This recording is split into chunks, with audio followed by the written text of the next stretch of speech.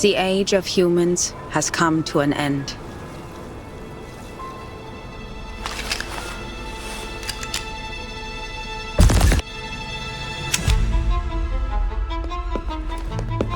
With the lost research on the storm and the long absence of an LSCC director, the Foundation is considering appointing a director of their own choosing.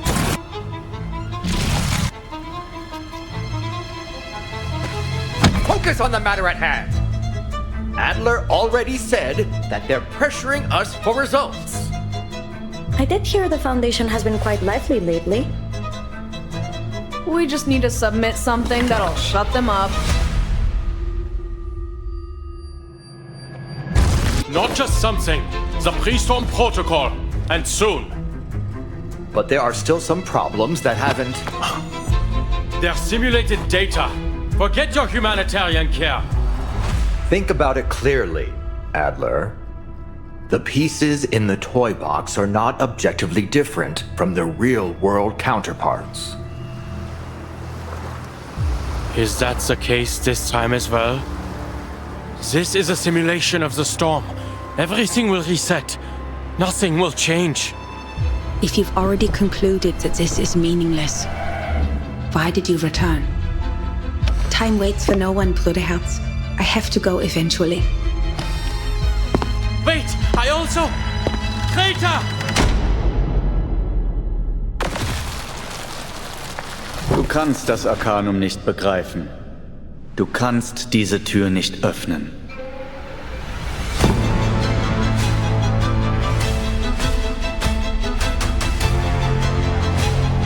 None of us even knows what's in there, and you're saying you're going in alone? There must be a theory that unifies everything in the universe. Adler, just by observing it, you have become a new influencing factor on the core. No matter what you see, don't approach it. We mustn't... Every puzzle has a solution.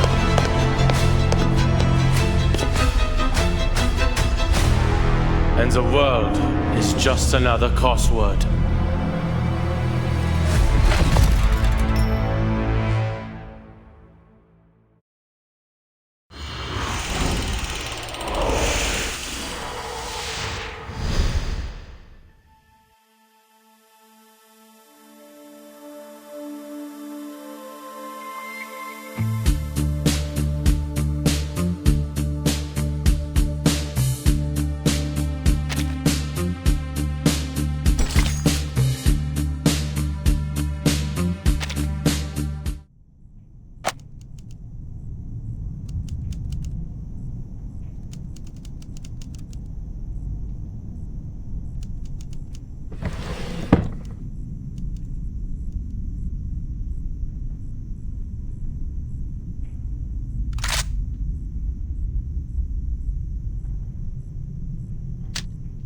Greta Hoffmann.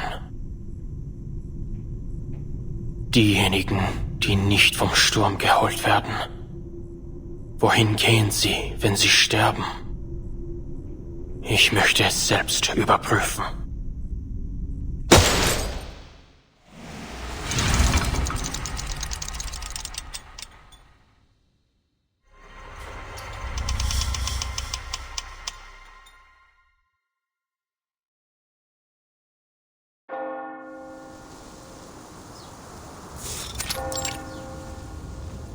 Never afraid of sacrifice, she followed her own path. And her fearlessness and perseverance ultimately... Miss Marcus. Oh, you've arrived.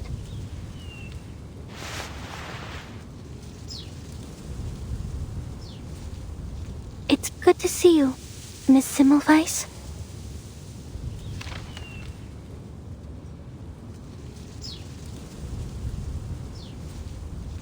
Relax. Everything will go smoothly. Where are the others? The Foundation's memorial ceremony has already ended. It was solemn. Almost everyone came to express their condolences, They just all had to get back to their work. Well, at least this cemetery will always remain open. I was more so wondering about those colleagues you're familiar with. Miss Kakanya, for example. I thought she'd be accompanying you. She had to go through a few more rounds of inquiries, so she couldn't make it. She did send a bouquet of flowers, though. It was just like the one you brought. A beautifully arranged bouquet of white chrysanthemums.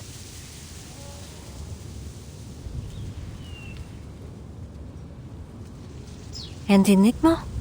Where's he gone off to? Weren't they each other's only family? I heard he was the one who pushed for the Hoffman Knot name. Rather admirable, if you ask me. But now, at that very sister's funeral, our Mr. Adler is nowhere to be found. A few days ago, Mr. Enigma helped me sort through Madame Hoffman's possessions. Then he left all in a hurry. Later, I received word from Laplace that he'd barred the door to his office. Huh. So he's chosen escapism then.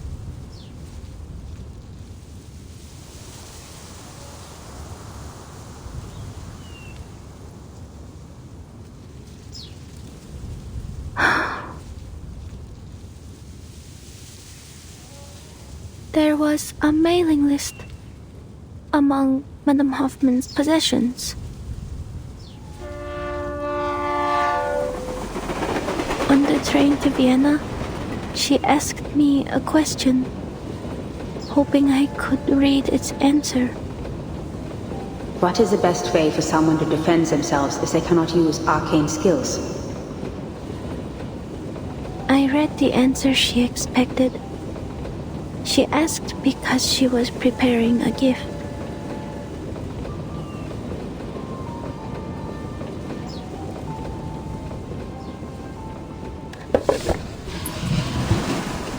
Mr. Enigma packed the list, her documents, her ID badge, and her diary into a box. Madame Hoffman's entire life reduced to a tiny box. Then he stopped and he asked me, Where do you think Greta has gone?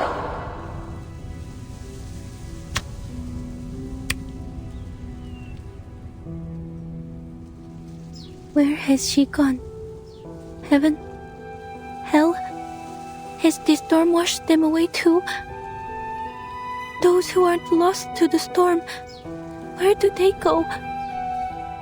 Will I see her again someday? Will all of us, any of us, see her again? If only I'd known earlier that the gift she was preparing was a birthday present for him, then instead of taking care of me and celebrating my first day as a Foundation investigator, she could have... If only my arcane skill were more useful. If only I'd read what would happen on its stage. If only the future were written out as words on a page.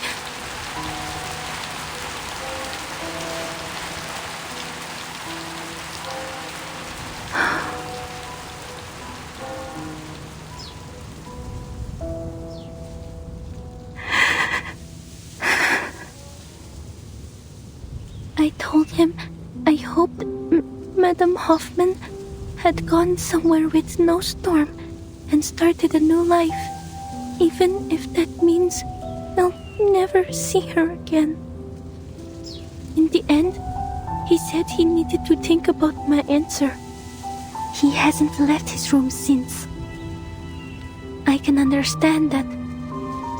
I don't want to be here either. But I have to. Because I want people to know that they don't need to worry about me anymore. Escapism is a natural reaction to grief. Just because you don't want to face it doesn't mean you're heartless. Don't you think?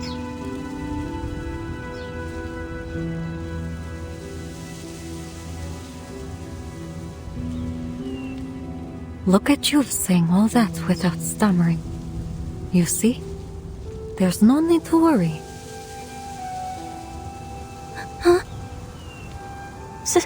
sorry. I shouldn't have suddenly. No, you're right. Everyone handles grief differently. Let's go. I'd like to hear how your training is going. I'm sure Greta would be proud of how much her little apprentice has grown. All right, Miss Semmelweis.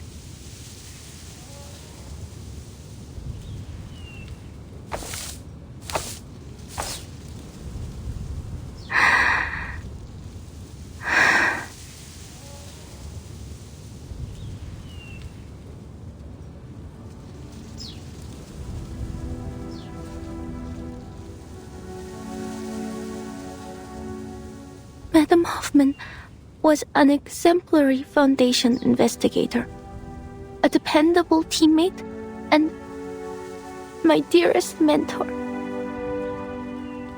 She never cowered in the face of sacrifice. She followed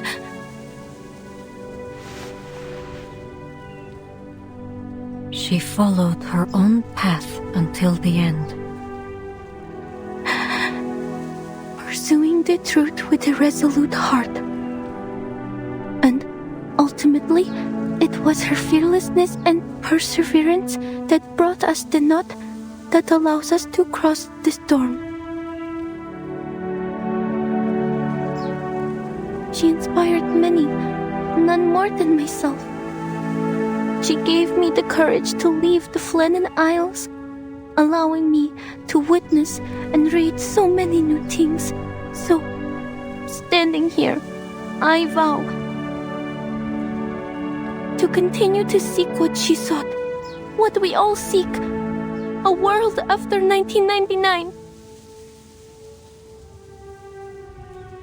I will persevere as she did. I will keep reading, keep writing, record every experience, every feeling. I will never forget what you've done for us, for me.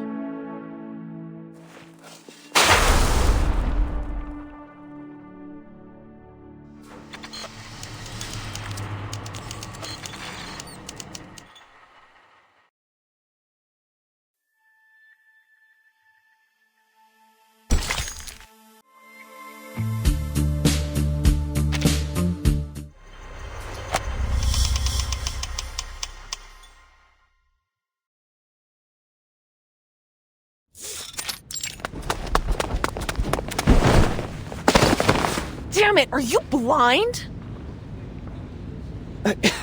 Honestly, is there no code of conduct among you people? You're the one barreling down the hall.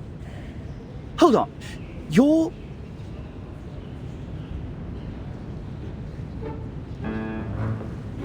Researcher Medicine Pocket? Oh, sweet. Looks like even the little minions at the Foundation have heard of me. I'm rushing to get a sample right now. If you're here for Ulrich, try that lab over there. If you're here for Enigma, check his office. If you're here for me, get lost. Better luck next time.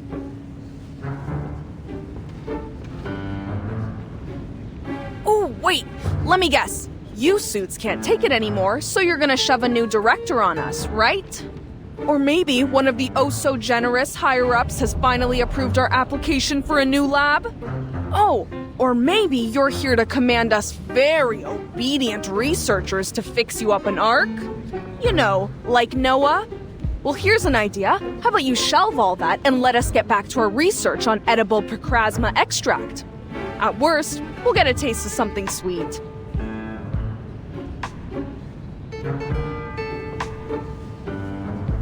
That's a topic that requires a rigorous approval process and oversight from... It's not within my power to decide. I need to deliver these files to Mr. Enigma immediately. I won't take up any more of your time.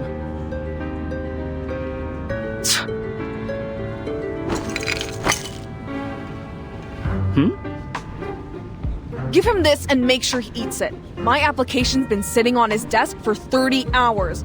Looks like the only way I'm gonna get through to him is if he experiences it for himself. If there's an emergency, just press the button on the wall, not the red one.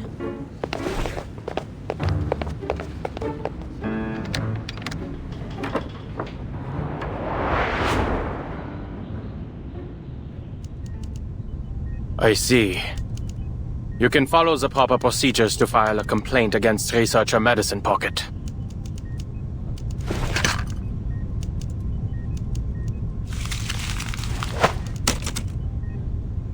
The application has already been reviewed. The ever-generous assessor that I am. As for your request, based on the progress of our other projects, you can expect a response in about 69 business days. This is an urgent matter, sir. I understand completely. It's a pity for us both that Laplace isn't a wish-granting machine. If it truly is as urgent as you say, put the documents on the pile to your left. Make sure not to touch anything else. Then when's the earliest? 52 business days. In principle, my department only accepts research assignments pertaining to the storm, and only the final results are delivered to us. The calculations and sample analyses you need will be handed off to other teams, but it's not like we have spare researchers just moseying around, and Laplace isn't the Foundation's personal calculator. If you have any objections or extenuating circumstances, you can take it up with our director. But of course, the position's still empty. I'm only standing in to manage the documents and affairs no one else cares to deal with. Looks like it'll be a tough job to find you a team. Close the door on your way out.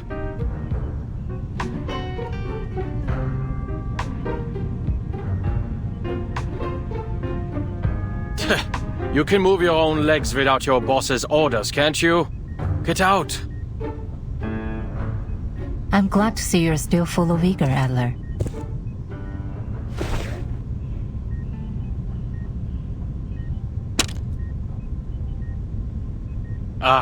If it isn't my old friend.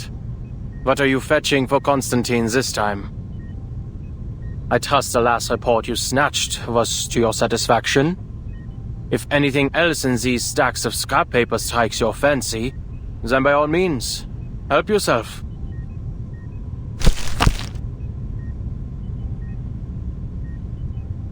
That won't be necessary. Though I'll be sure to visit again should the need arise. Mark, there are still some details regarding the proposed adjustment to field agent rations I'd like you to confirm. Mr. Ulrich and Miss Simone have cleared a 15-minute block in their schedules. You'll find them in meeting room number 3. Very well.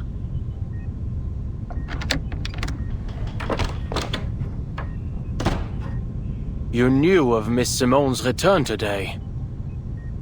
Most assumed she retired to the timekeeper's suitcase along with Madame Lucy.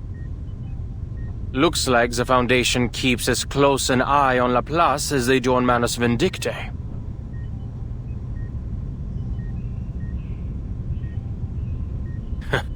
Some might even say that mad scientists and fanatical arcanists aren't so different, though the former does have the small advantage of providing a handy little invention here and there. Always thinking from a researcher's perspective, Valor. Every researcher wants an independent, undisturbed laboratory. A simple wish in theory, but difficult to implement in practice. I'm sure you didn't come all this way just to lecture me. What's the matter? I trust Ulrich has told you what transpired in Antarctica. Not long ago, we received reports from our field agent squads and investigators. This time, the storm has brought us to the year 1920, and to a war that should no longer exist. The storm is hardly a perfect formula, and historical records often contain inaccuracies. Even under our current theoretical models, Arcana maintains a degree of uncertainty and unknowability. A minor error such as this should come as no surprise to you.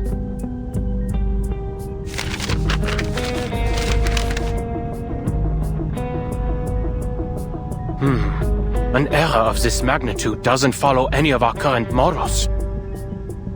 This flood has destroyed at least 2/3 of all our prior findings. Since the beginning, we've diligently tracked the occurrence frequency of the storm. We've also long gotten used to it, abandoning any semblance of a pattern. Because those who haven't gotten used to it are no longer with us. It's never easy to have your world turned upside down, for anyone. It's overwhelming at first, but the more you see it happen, the easier it is to accept. Of course, some still have their objections. There have been countless debates on whether we should prepare for war. Laplace is not an arsenal. Our more radical members believe that, since research on the storm will continue to be lost, we should divert our resources elsewhere. The LSCC has been without a director for a long time, and the Arcanocentric Society Institutum Laurens has gone unchecked. There is reason to believe that this has impacted Laplace's research efficiency.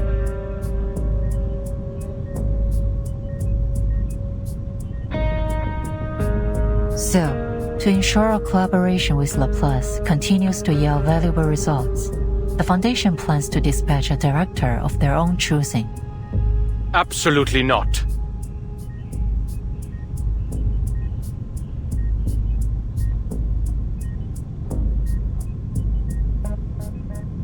I don't agree with the sentiment, nor do I believe the Foundation should assume complete control of Laplace.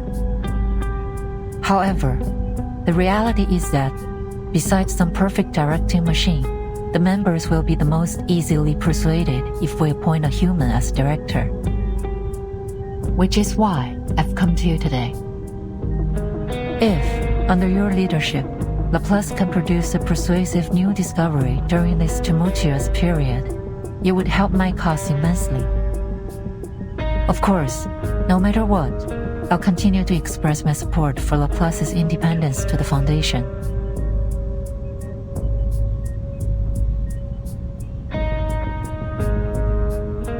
What exactly are you hoping to achieve with all this politicking?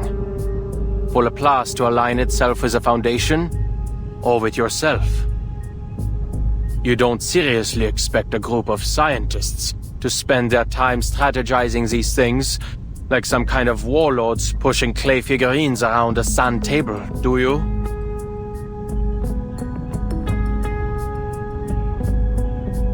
I'd like you to continue your research on the toy box sent by MUC3. Investigate the source of its power and use its simulations to push out a report. Producing a final pre-storm protocol will refute the accusations that the LSCC lacks risk management policies, and the core of the toy box may just provide the new results you need. I see your reasoning, but why are you telling me this? Surely you aren't offering your help simply out of the goodness of your heart. What exactly are your feelings toward Laplace nowadays? Nostalgia? Or some kind of scientific idealism?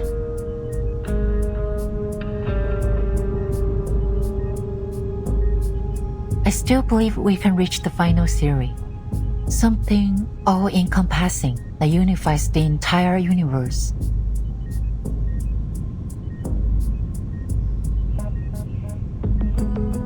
Well, in that, we've just been going in circles. In a decade, all we've managed is to return to the 11th dimension. But that doesn't mean all our past efforts have been meaningless.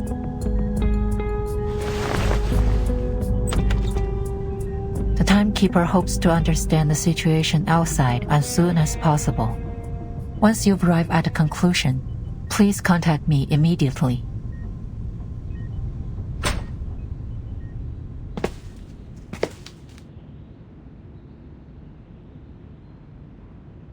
Can a scientist become a politician?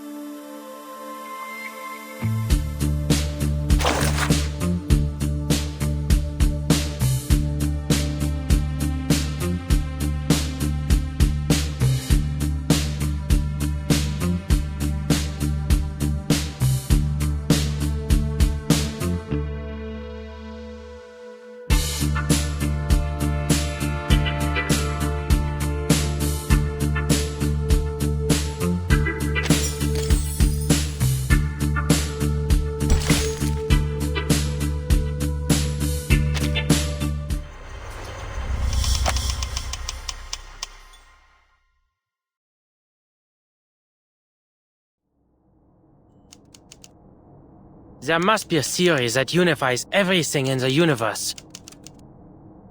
Because every puzzle has a solution.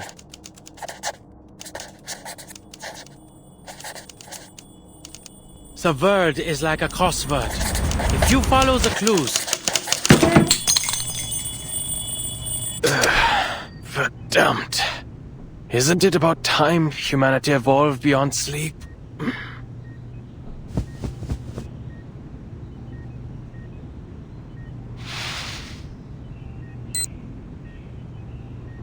It's only been 6 hours.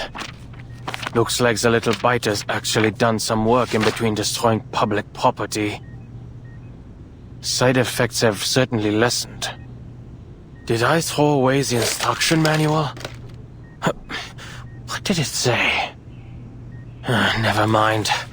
The little side effects have already been eliminated. The other symptoms don't matter.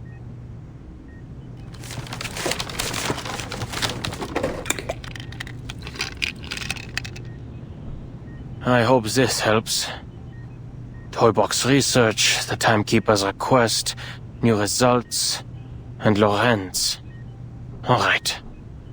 As always, problems rarely come alone. But the more problems there are, the closer we are to the solution. We need to stop creating more problems!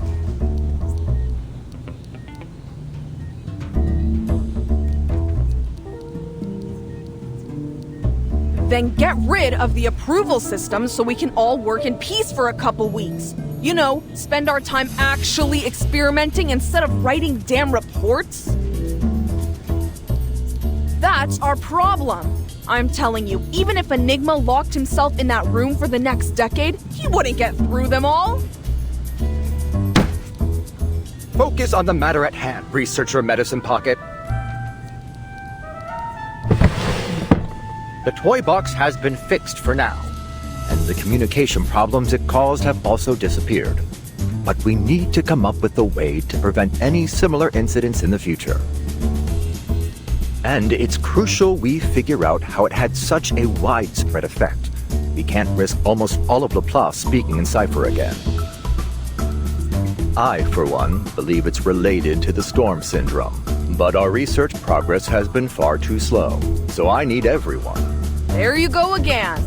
You're gonna say that the language disorder interfered with our work, right? Well, let me make this clear. Whether I use cipher or decimal or freaking latte art to communicate, it's not gonna stop me from doing what I want.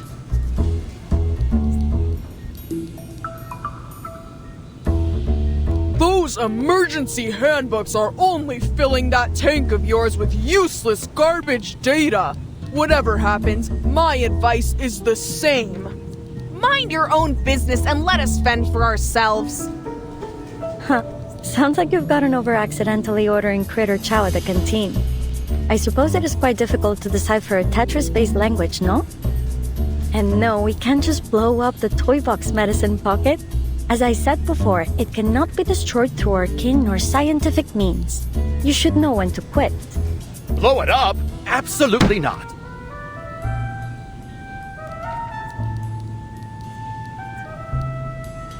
Adler already notified us that the Foundation is pressuring us to deliver persuasive research results. This isn't the first time they've used our laissez-faire attitude as an excuse to attack Laplace. We need to use the toy box's simulations to create a reliable emergency protocol. Okay, I get you. We just need to submit something that'll shut them up. So why don't you round up everyone who's been wasting research materials, hand them all Lorenz ID badges, and turn them over? I did hear the Foundation has been quite lively lately. As crowded and chaotic as the crystal structure of austenite, supposedly.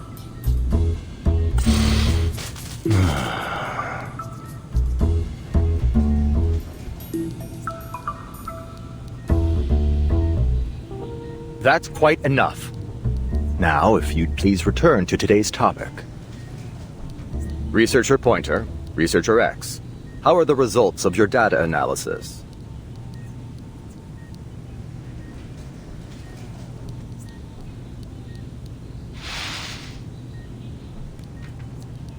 Here's my section. I've included a summary for the timekeeper's perusal. In simple terms, the flood has altered the characteristics of the storm. The vast majority of our past data has been rendered useless. Our most reliable models require multiple rounds of verification. Therefore, our current conclusions are for reference only. This should be plenty.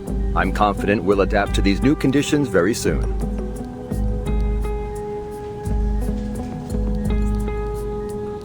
Have we made any discoveries regarding the arcane fluctuations emanating from the toy box?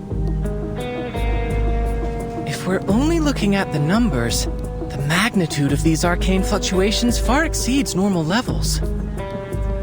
I also consulted all the arcanists I know with arcane skills related to language, words, or sound. None of them could find any man-made traces in the fluctuations. I have two hypotheses. One, this toy box is a naturally occurring arcane object. And two, its core holds a power beyond most arcanists' comprehension.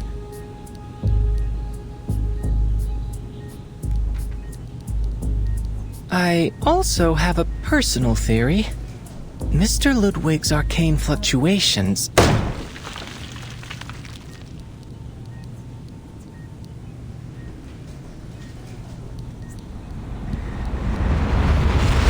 Mr. Enigma. Doors unlocked.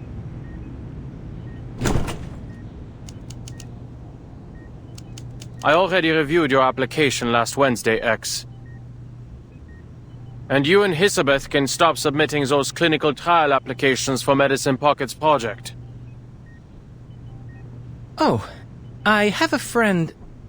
Regulus is not an option either. There isn't a hair on her body that doesn't scream Arcanist. I will handle this myself. After all, I was the one who questioned Medicine Pocket on the possibility of resuming research on the topic in the first place. It's a compelling research direction. An antidote for Procrasma extract suitable for human consumption, and a universally applicable, edible extract with energizing effects.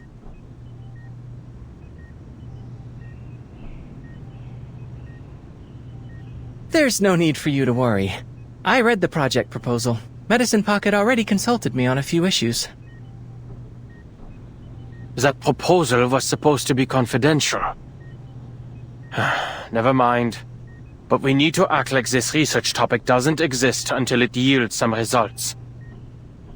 You are all pure-blood arcanists. You have a natural tolerance for Procrasma extract. But it's simply too dangerous to move straight onto pure-blood humans. Well, I suppose it's about time my quarter arcanist blood came in handy. I understand, Mr. Enigma. I have no intention, nor the power, mind you, to interfere with anyone's decision. But I did receive a document I think you should see. Of course you did. There's always more. It's about the language disorder caused by the toy box's malfunction. I'm sure you're familiar with it.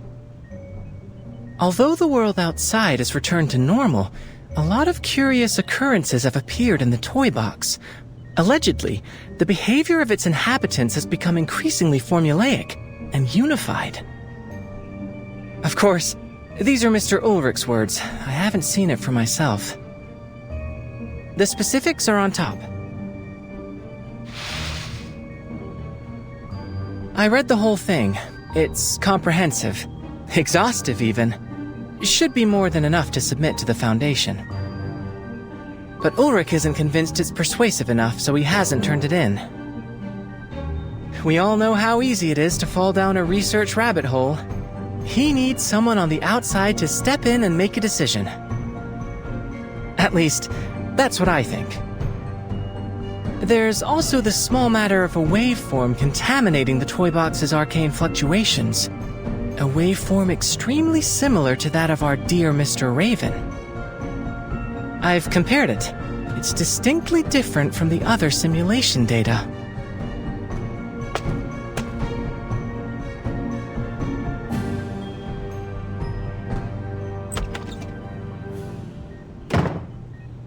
Ulrich. Ulrich! Hey, what are you yelling for? I'm trying to return this copy of your report that you forgot.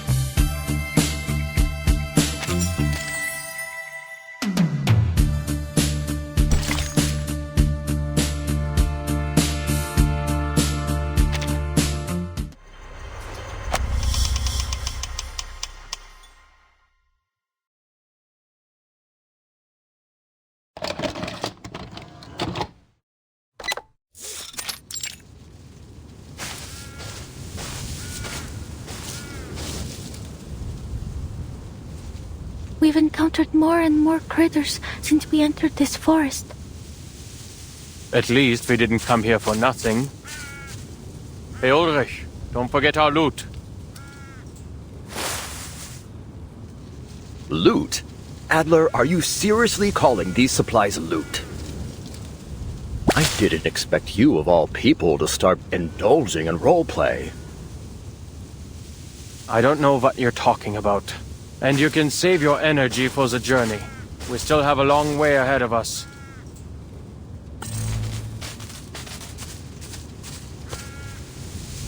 Mr. Enigma, Mr. Ulrich, perhaps we should hurry.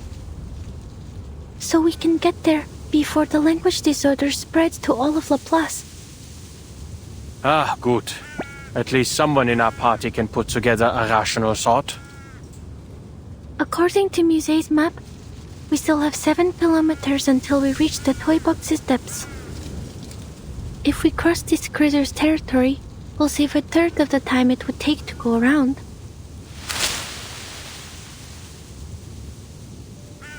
Is that a critter?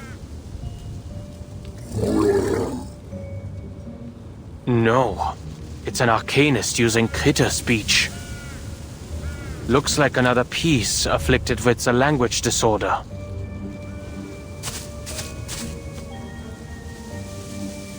We're too far away. I can't make out what he's trying to say. Let's get closer. I may be able to read some useful information. All right, allow me.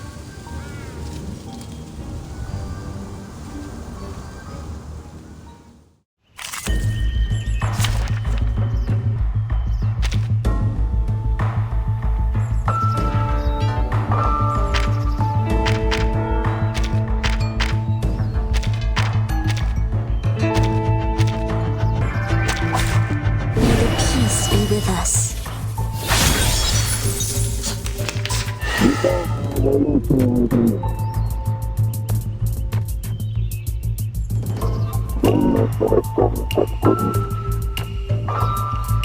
Oh, I understand. There's a maidenhair fern and a bamboo shoot. Looks like all I need to do is find the page with the fern and bamboo shoot. Hurry, we will buy you some time.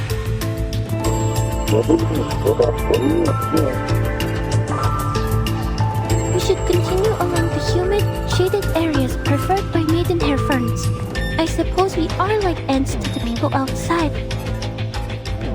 A giant bamboo shoot that looks like a green arrow grows at the end of the path we're looking for.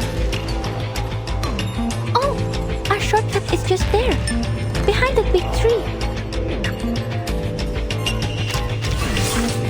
Target square confirmed. Breaking through. Their souls will reach the bright side.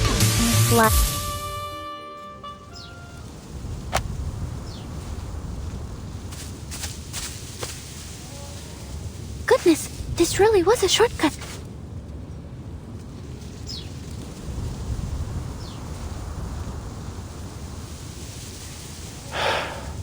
I'm very grateful for your help, Miss Marcus. I wager we'd still be running in circles if you weren't here. Indeed. If we can maintain this rate of progress, we'll be submitting an up-to-standard pre-storm protocol very, very soon.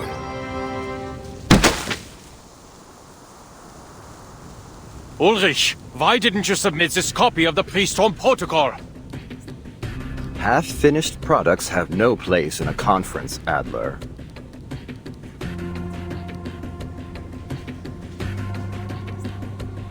It simply isn't persuasive enough. The toy box's storm simulation still poses some problems that require solving. Am I hearing this right, Blob for Brains? You're telling me you've already finished the damn thing, but you thought you'd play us all for laughs for a while? Ugh, just turn it in, damn it! Shut those checkered chumps up! As I said, there are still some problems that haven't... Ulrich, you are slipping into the mindset of a creator. They're simulated data. There's no need for your humanitarian care. And your biases are showing, Adler. As you'll recall from your encounters with the many familiar faces in the toy box, the pieces there are not objectively different from their real-world counterparts.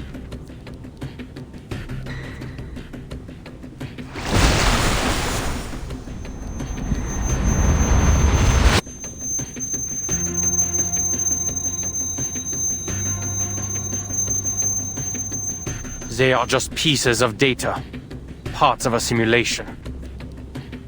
You shut yourselves in your labs, in the toy box, calculating all day. And for what? If you all keep playing delusional genius and continue to ignore the problems Laplace is facing, soon it will be out of our hands. This isn't the toy box. There are no resets.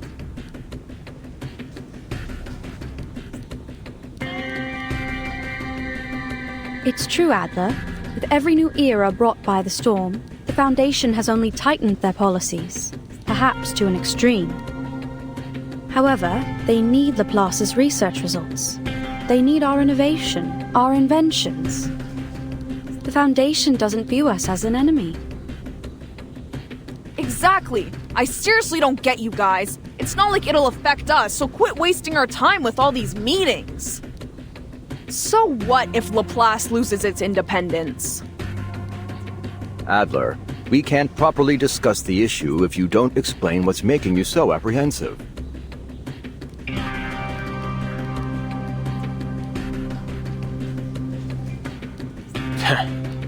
If the Foundation passes their storm personnel reform, do you really think you'll be able to continue your research freely? Laplace is this close to being completely subsumed by the Foundation. When that happens, where do you think our inventions are going to be used? Don't tell me that none of you have ever considered. Oh la la! No wonder they called you Enigma. If you've got some insider information, just tell us already.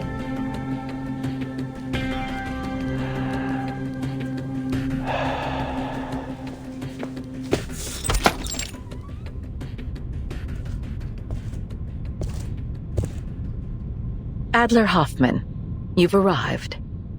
Please, sit. No need. I'm not here to chat. Fine by me. Then allow me to move on to the subject. How's your progress on the storm contingency plan the Foundation requested?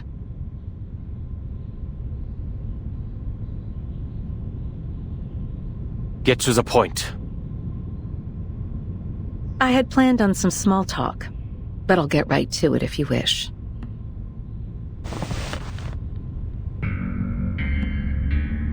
If you assume the position of Laplace's next director, I can promise that the Foundation will not significantly interfere with the LSCC's regular operations. On the condition I obey your every word. Quite the opposite. Everything will be in your hands to do with as you see fit. Then I would choose to keep things the way they are. And there are plenty of more outstanding, more rational members who could take on the responsibility. Take Ulrich, the leader of the Storm Research Group, for example. Or Pointer. She did remarkable work on developing the teleport disk, among any number of others. Mr. Adler, I'm afraid you've missed a crucial point. Although committee member Irenai is the one pushing for the Storm personnel reform, appointing you as the director of Laplace is not his intention. It's yours, isn't it, Madam Constantine? You see, a keen mind is a key prerequisite to becoming director. The core of the issue isn't how the Foundation presents its final decision to the outside world, but who we present. And what we need is a human. A stable, persuasive, uncontroversial human. When all is said and done, the Foundation's objective remains the same. We only wish to do all we can to brave the storm. In this regard, you are the best choice, Mr. Adler. Your best choice was forced to retire in the Timekeeper's suitcase. Ah, yes. Madame Lucy has certainly been enjoying a comfortable vacation.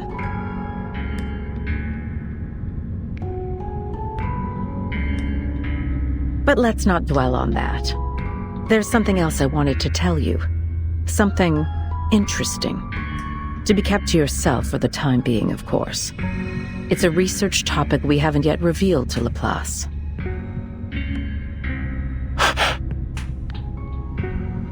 As you're well aware, for many years we've been searching for a method to bring back those reversed in the storm. Well, the Foundation has discovered a feasible theory. If we can inject a person's past memories into a suitable body, then we can restore those who were lost. All those years ago, a special candidate helped us in the first stages of this experiment. And now, we're finally starting to see results. To this end, we hope to acquire help from Laplace.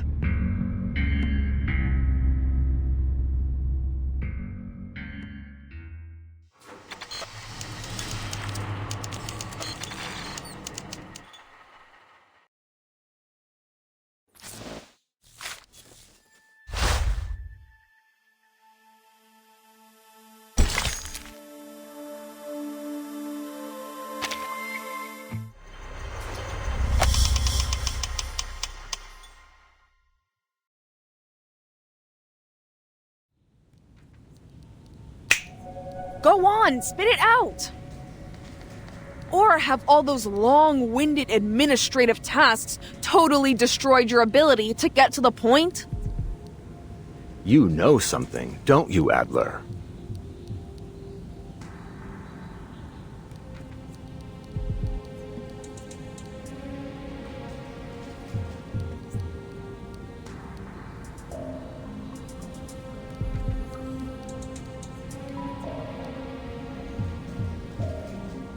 I'm simply learning to consider the consequences before I act. Some of the Foundation's committee members have gotten swept up in the prospect of an impending arcane war. If this goes on, Laplace mustn't become a pawn in their war games, or a bargaining chip for their faction disputes. In short, we need to submit our pre-storm protocol as soon as possible. Which means we need to figure out what the core of the toy box really is. No, whatever it is, we need to crack it open as soon as possible. All right? If we hurry, we still have a chance to convince the talking heads at the Foundation to leave us be.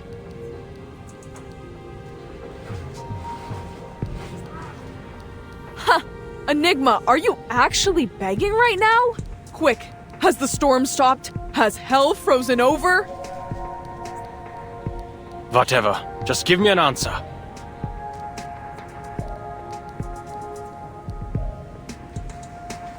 All right. It seems there'll be no solving our differences in the short term. So, I have a proposal. We submit 2 reports, and let the reviewers decide. Fine.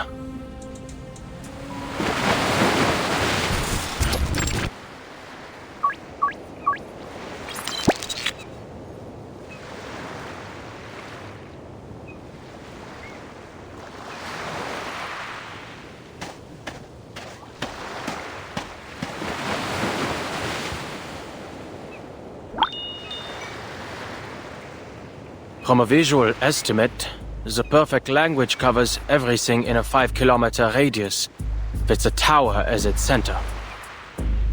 On the beach outside this 5-kilometer area, the environment continues to exhibit signs of language disorder, a new type of storm syndrome. It deconstructs words into phonemes, the building blocks of sound, and uses them as the building blocks of matter. A handful of seawater contains 1, 2, 3, 4, roughly 20 phonemes.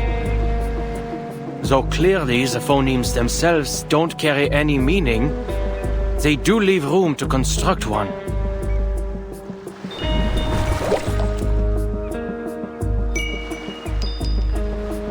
The waves create a chiming sound, like bells. This seawater holds enough phonemes such that they may organize into morphemes, the smallest units of meaning. Monkeys may have an easier time putting Shakespeare together here than writing it on typewriters.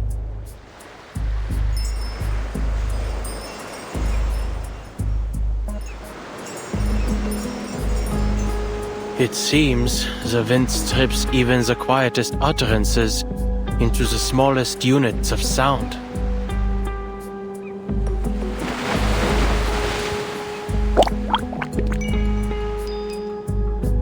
Perhaps these symptoms can be understood as a language microscope, or maybe a scalpel. The environment dissolves and dissects every spoken word, leaving only its phonetic fragments behind.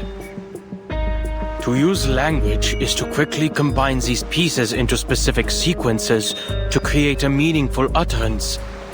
Thus, one could view this entire environment as a simulation of language use.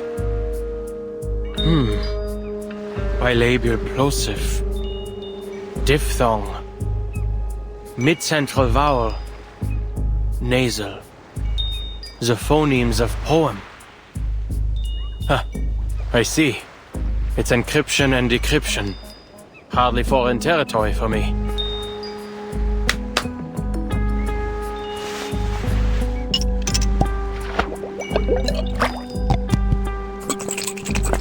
It still appears like normal seawater in this container.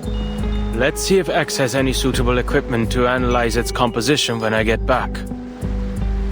I wonder, if I bring this vial of seawater to the tower, will its composition change?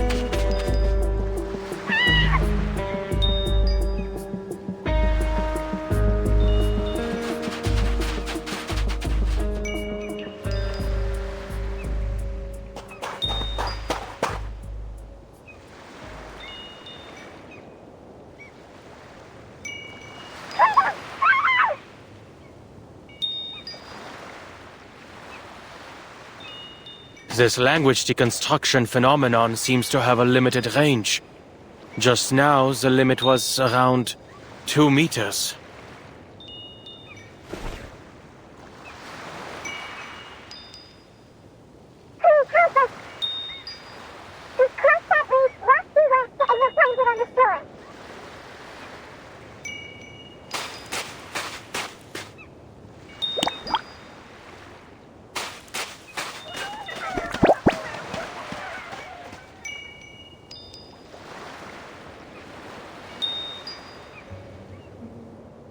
Critter attacks are common in the toy box. Go find the fellow with the glass tank for a head. I need to get to that tower.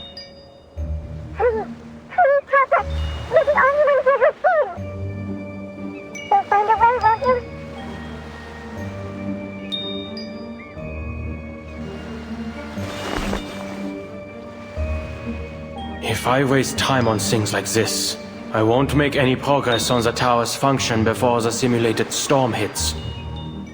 I need to finish the pre-storm protocol before Ulrich does. If we wait any longer, our friend will get hurt. Please help us. All the damn pleading. What is this, a time loop?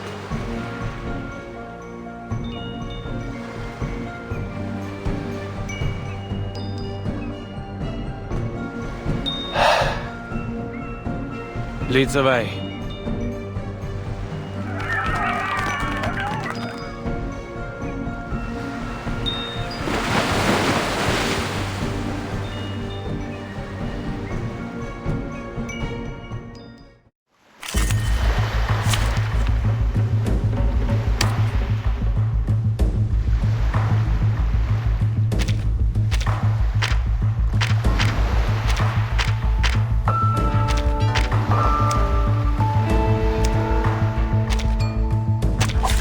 We begin with white.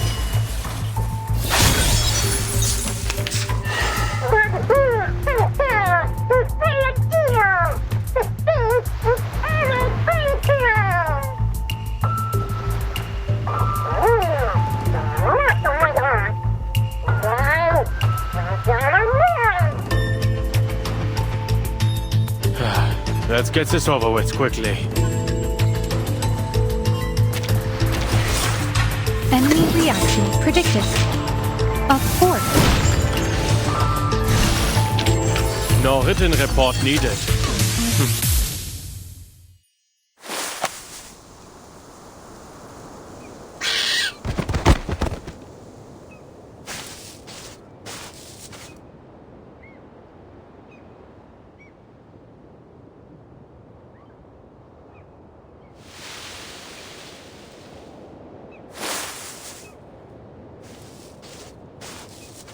Thank you for lending us a hand. You again.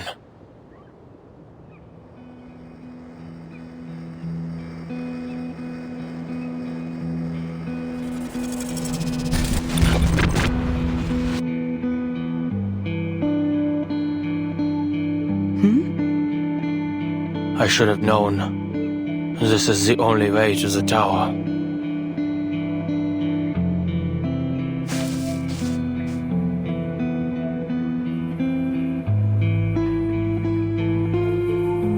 I saw you on my previous expeditions. Oh, you're from the outside. This world is constantly resetting, so I'm afraid I cannot recall our previous encounters.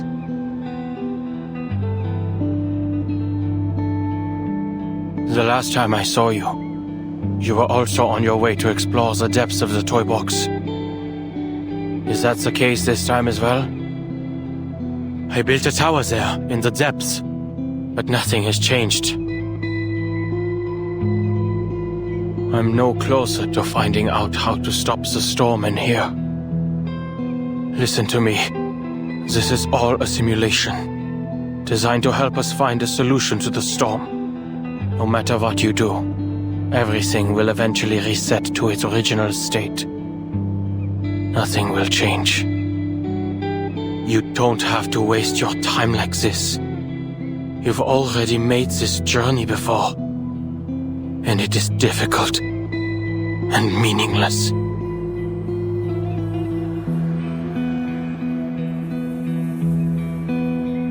I appreciate your concern. It appears this isn't the first time you've observed our actions.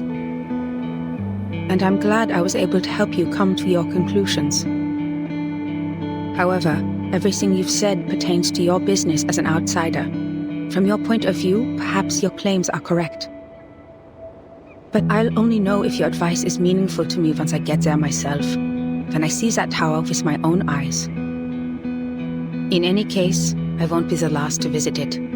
perhaps whatever I leave behind will help those who come after. Like I've helped you.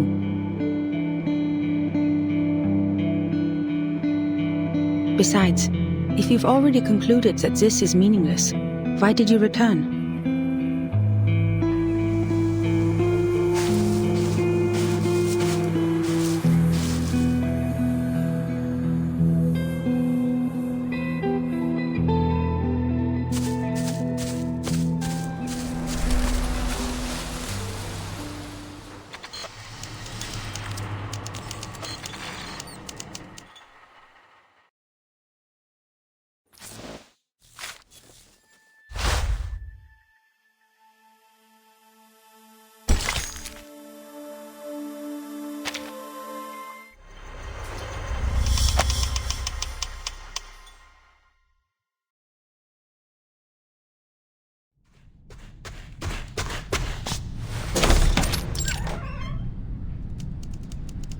I'm heading out. You can heat up the leftovers in the fridge for lunch. Did you hear that, Adler?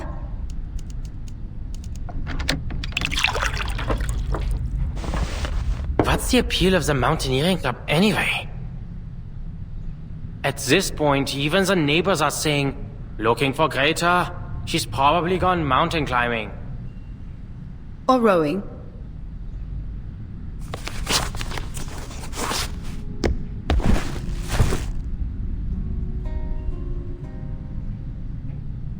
Would you like to come? Last time you joined me on the Covendo climb, before we'd even made it back, you said you'd never participate in any weekend sports events ever again. Chess, swimming, or doing those math problems you love? They're all worthy pastimes. There's no need to follow me. I only came here to get a glass of water. Sure. By the way, I need your help for something.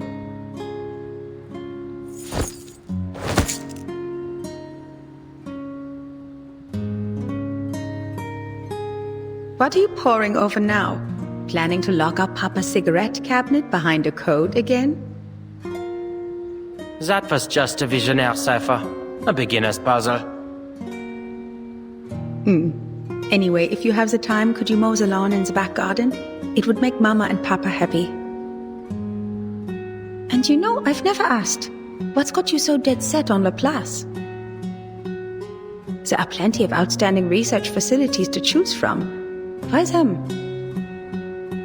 Because I believe we share the same ideas.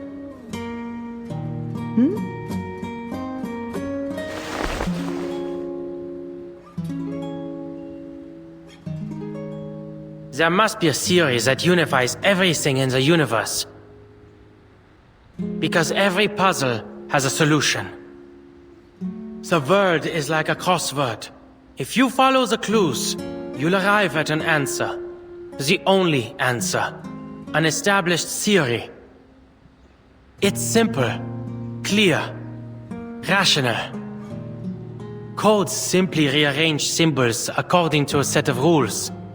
Identify these rules, and you can decipher it. If we don't have an answer, it doesn't mean it doesn't exist, but rather that we haven't discovered it yet.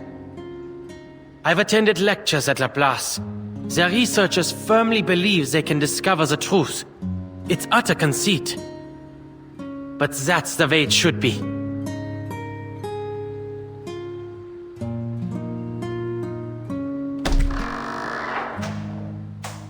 I see. Don't worry, I'm sure you'll receive an invitation from them soon enough. I've asked around. They all said age is no matter, nor whether or not you are an arcanist. Laplace opens its doors to geniuses. That's the only requirement. Won't be any trouble for you, Bruderherz.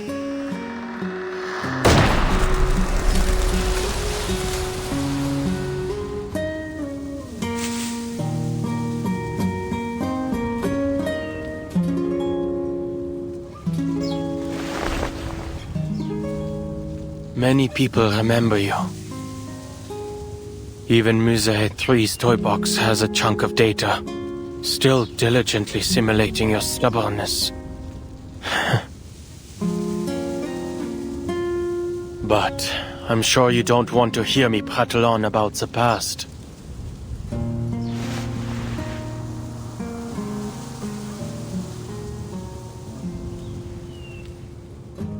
The tower in the toy box. The Tower of Babel we used to solve the language disorder. It isn't the final solution. Yes, people are able to use verbal communication to understand each other again. Unprecedented, I know. But this has come at a cost. The piece's cognitive processes have all unified under the same model. Unanimous agreement.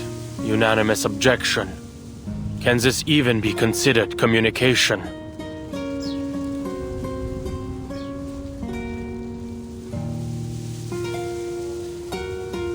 Ulrich and I each set off on our own expeditions. But in the end, we both decided to destroy the tower and take its core. So, now we have a new problem to solve. The core has a combination lock. And I can't make heads or tails of it.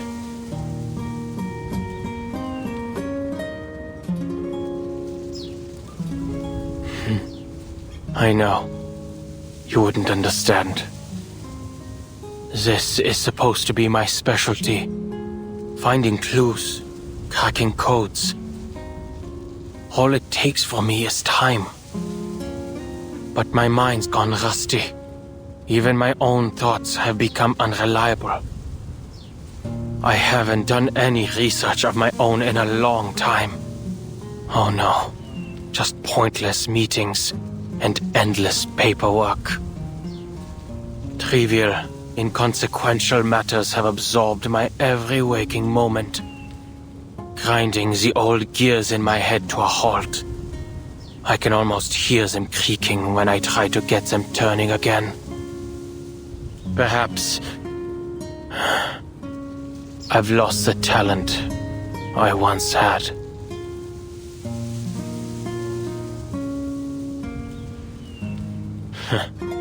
Maybe one day soon, I'll be using one of X's inventions. Even his simplest robots couldn't do any worse than me.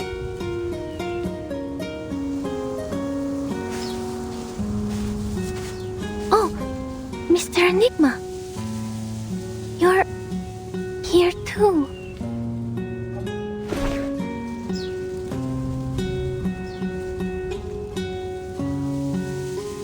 I have a meeting with the Foundation. This was on the way. You're here to see her again? Yes, I've brought some new manuscripts for her to see. These manuscripts, I'm going to submit them to the Daydream Post. But I'm not sure whether I'll be rejected again. I used a different recording technique this time, based on the feedback Madame Hoffman gave me once. So, I wanted to show them to her before I got an answer from the magazine. I hope she can see that I've finally figured out what to do with my limitless reading. Instead of focusing on how much I can read, I've decided to focus on the specific truths I can glean from them, to record the story of the storm.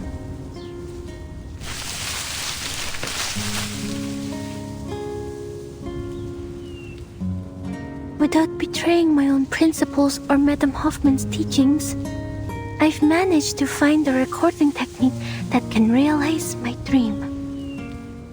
Of course, it's definitely lacking in a lot of ways.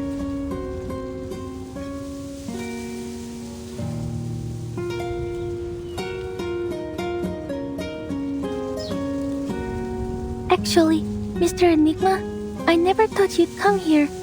Oh, I don't mean that as a criticism. I only mean I understand how you were feeling. But I suppose now you're here, you've found an answer to that question?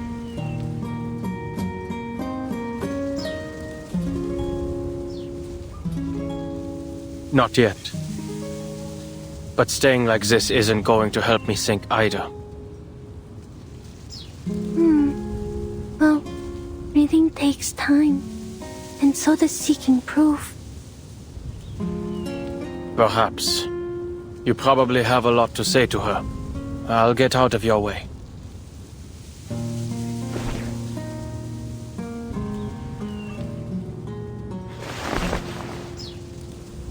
What's wrong, Mr. Enigma? Nothing. Here.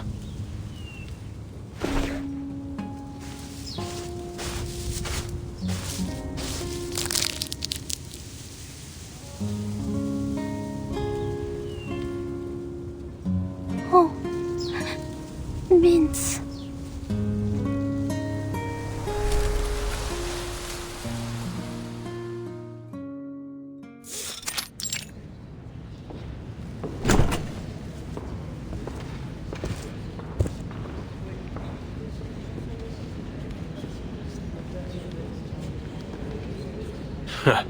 Talk about using a sledgehammer to crack a nut. What a meaningless waste of resources.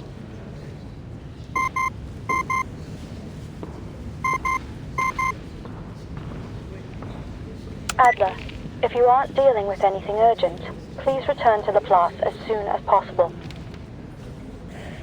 What happened? We've made some new discoveries regarding the tower's core. It changes when observed. We need to come up with a new plan.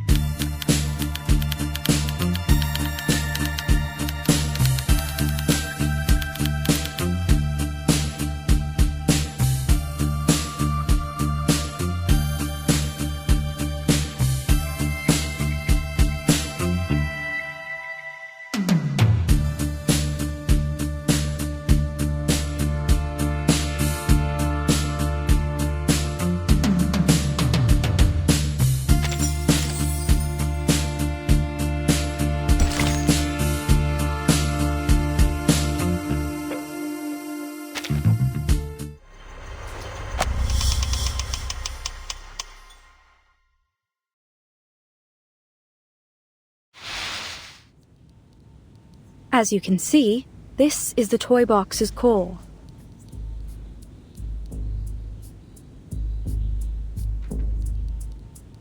After running it through some preliminary tests, we discovered its inner contents don't match up with any known arcane material. Our next step would be to record and analyze its center. But there's a problem. The matter and symbols floating in the core seem to change their state every time we observe it.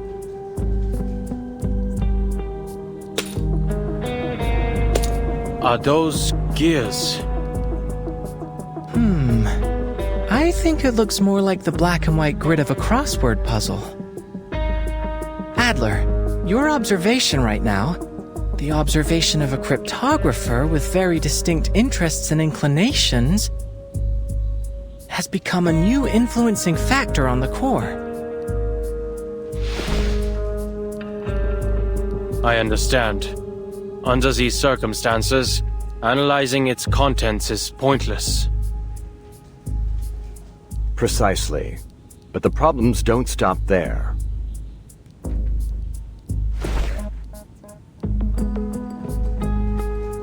Within the 3-hour period after the core's removal, the environment in the toy box descended into chaos, understandably so. The core has an unmeasurable quality. It stood to reason that the same quality extended to the toy box. Elizabeth and I entered the box to verify this theory. With its stabilizing core gone, the environment in the toy box has also become affected by its observers. In fact, we found the level of chaos is positively correlated to the number of observers. Observer effect. Changing environment. Familiar, isn't it? Our current situation seems to share many qualities with artificial somnambulism. Elizabeth has gone to get reinforcements. Right on time.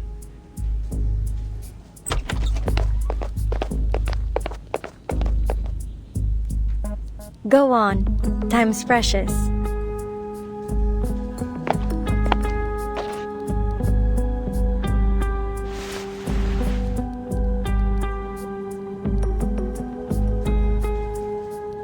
I'm sorry, but this isn't the same as artificial somnambulism.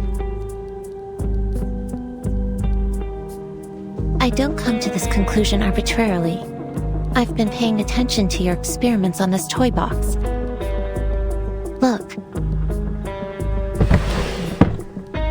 In your toy box, there's still a vending machine at the entrance to the Laplace laboratories.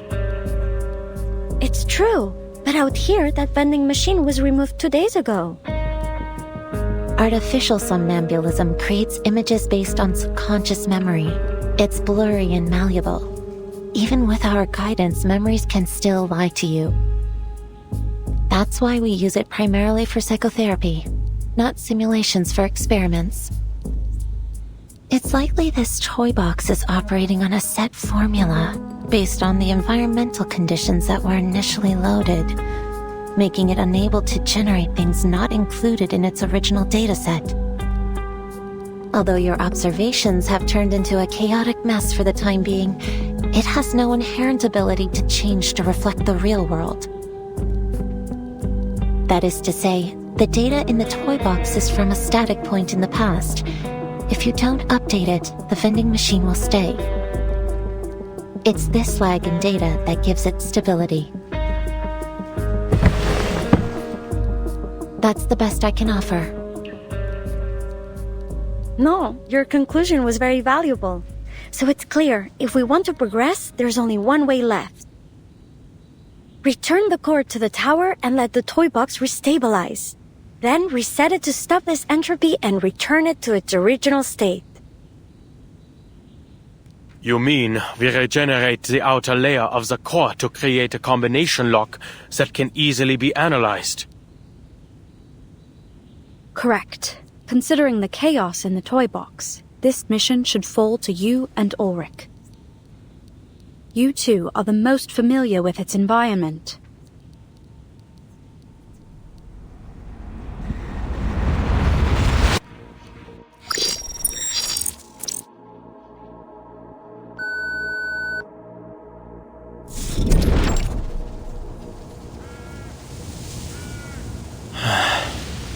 Why is our starting point always set here?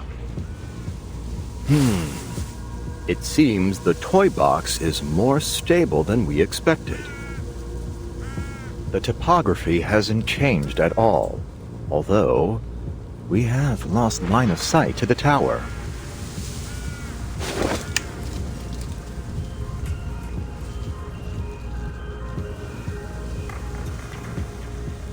Don't worry, we've already located the tower.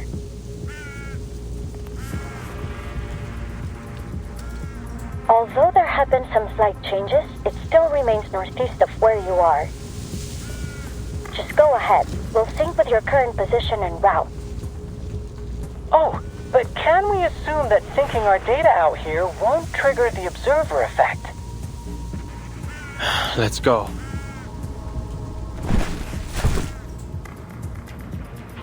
Please record the time intervals between the toy box's environmental changes. Data's already been synced.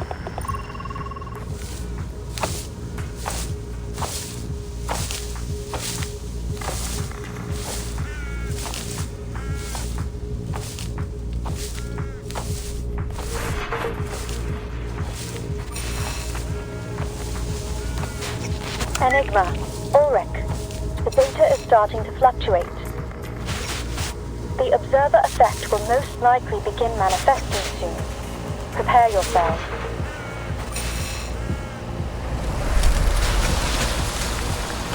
Oh, this is like a development on the Rorschach's test. I can hardly wait to see what scenes might appear.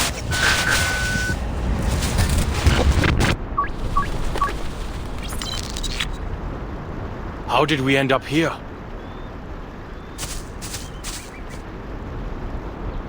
Environmental changes took 15 minutes this time. No change in the direction of the tower. Sure looks like a nice fishing spot you've ended up in. As if we didn't have enough problems. A lake? What? Do we have to row a boat now? I have no particular fondness for natural environments. I think this one's on you, Adler. Good to see you finally grasp the most important skill of social interaction. Shifting blame.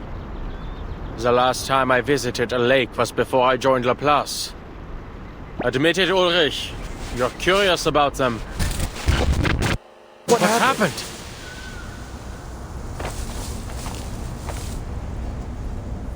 The data's becoming more volatile. The toy box is losing control. At least the communicator's still working.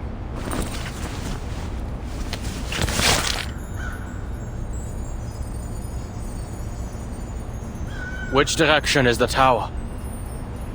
It's moved. Current position, unclear. There's no easy way ahead for now, so we'll make a temporary stop here. Check the position again after the next cycle of environmental changes. Wait, Adler.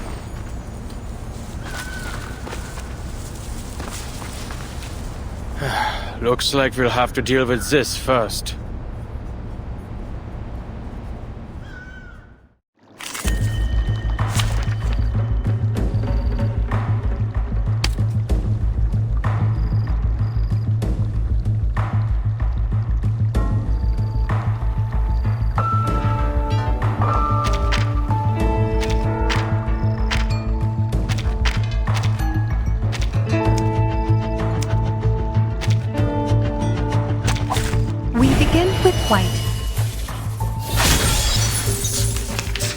What odd cipher devices?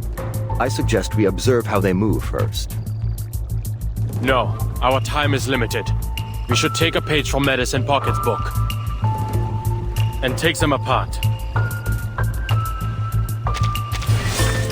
Enemy reaction predicted. Up 4.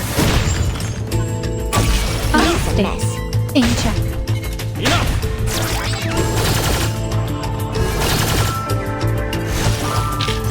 I will pray for you. Sorry. You two all right? We've got the data. The tower's new location, it's extremely close to your position. Wait, that's not right. It's on your position.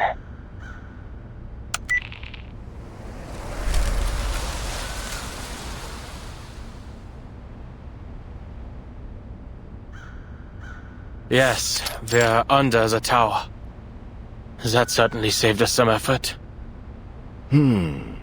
If the toy box's environment is affected by its observer's thoughts, then did we arrive here so quickly because our goals completely aligned with one another?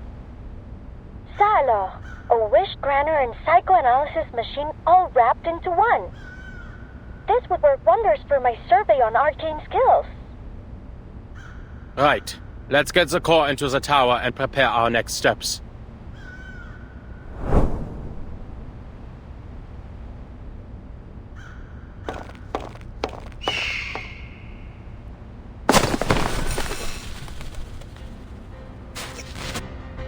Ludwig? Why is he still here? Verdammt! X, can you follow Ludwig's trail? He's made off with the core! Not a problem. We've got his arcane fluctuations on record. Just hold for a moment. The tracking data's been interrupted. We lost him after about 50 meters of flight. Mr. Ludwig has left. Or more specifically, disappeared. Huh. This is residual data. A system error? It'd be best if you interrupt. Evacuate as quickly as possible.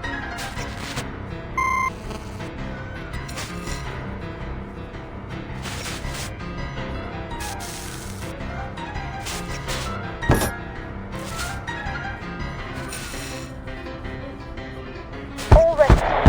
Forced restart.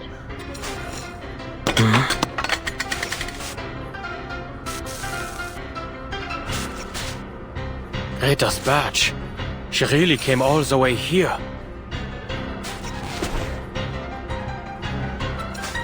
Researcher Adler. What? They've issued the forced quit alert. No matter what you see, don't approach it. We have to avoid interfering with the data. But...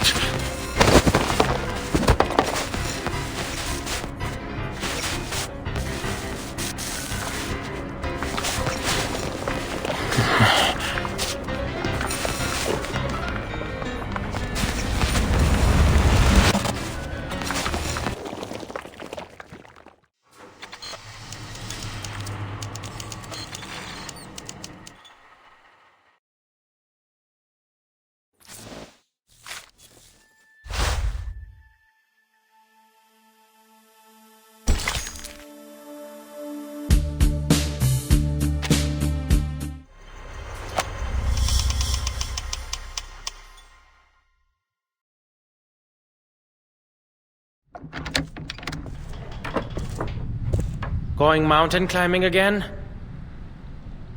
Where are you heading this time? Watzmann? Nebelhorn? Spain, actually, to the tallest peak in the Pyrenees, Aneto. You just finished a field mission. Shouldn't you take more than a day to recover? I was only helping them establish an organizational system for the Arcanist database in Morocco, and I got plenty of sleep on the plane. What about you? Another late night of research by the looks of it? I've heard the people at Laplace are night owls too. You should fit right in with their schedule.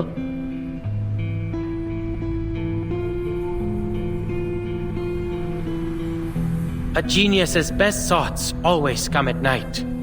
An overly poetic sentiment, to be sure. But I see it as a rational conclusion based on experience.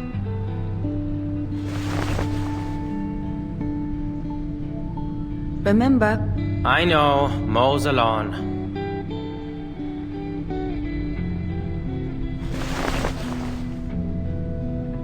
You look like you still have something to say. This month, it is setting up an Arcanist registry. Last month, it was mediating an Arcanist dispute, cleaning up after the Foundation's mess. I don't think we need more examples. Greta, you're working like Mama sweeping the damn dust behind the door. She sweeps and sweeps, day after day, year after year, to abate a problem that could be solved by simply closing the window. I know you aren't happy with always having to pick up after her in secret, but you shouldn't let Mama know that. But tell me, Bruderherz, do you think we should close the window forever? No, what I meant was...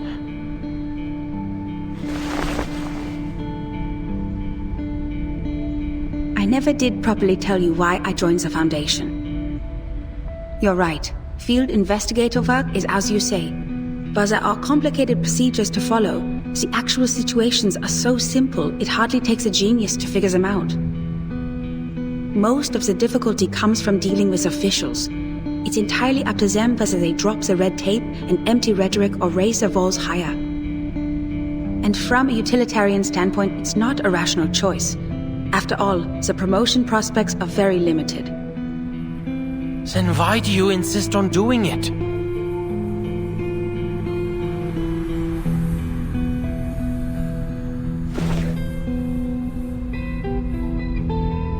Adler, have you heard of Mount Godwin Austen? They call it K2. The second highest mountain, after Mount Everest. That's right. I like the name K2. Just a letter and a number. It's direct, bare, concise, unembellished. It perfectly captures the image of a brutal peak. That mountain has a higher death rate among climbers than that of the world's highest peak. Once you choose to climb it, you've already put your life in the harsh hands of nature. Even among mountaineering clubs, amidst the praise for your determination, I trust the majority of people would still exclaim, "Do you have a death wish?" I don't follow. The view from the peak of K2. It's different from yours, from the University of Göttingen, or from any other place in the world. That's what those people with a death wish are trying to obtain. Of course, most Foundation field investigators don't face such extreme conditions. I don't understand Arcanum. I don't understand the Arcanists it creates either. But these things are deeply rooted in our world. The Foundation is a great fulcrum, a window, a place to observe and to participate. Even if I wanted to, there's no avoiding dealing with all kinds of Arcanists and Arcanum. They hide, tucked away among the many interwoven branches of bureaucracy. This is a view gained only by joining the Foundation. Each Arcanist becomes a new case study, because no matter how bizarre the phenomenon, once it is systematically documented and analyzed, it always falls into a chain of logic. Adler, why are you looking for a unified theory? To make the world concise, summarizable. It must be noble and reliable to be suitable for life. Do you think society can also have such a theory? Something that can integrate all this disordered, chaotic fragmentation and allow Arcanists and Arcanum to find a place among rationality? I believe that's what I'm doing now. I see these endless missions as brute force exhaustive research, like foolishly trying to count every grain of sand on a beach. Once complete, it will give a full view of both humans and Arcanists, founded in rationality and worthy of trust. You could call it Hoffman idealism. It certainly seems to be in both our blood, Bruder Herz.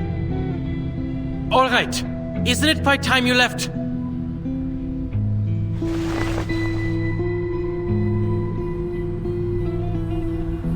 I heard Laplace is experimenting on arcane skill fusion these days. They plan to distribute equipment infused with the power of incantations to us investigators. I'm not going to put my faith in some inexplicable magic weapon. I expected you'd say as much. Then this might be more your speed. It's a Luger pistol, a regular firearm able to be disassembled and reassembled as you see fit. A pistol? I also have one. It's a Foundation-issued pistol for field investigations. I'd say I already have a solid eye for it. Greta, what kinds of missions are you going on that require guns? While extreme circumstances are rare, they are bound to happen eventually. In those cases, it doesn't hurt to have a gun. That goes for both of us.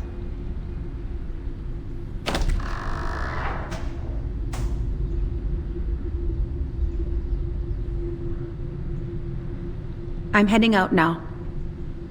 Greta, wait! Time waits for no one, Bruder Herz. I have to go eventually. For every mountain in the world, there will always be someone who seeks to climb it.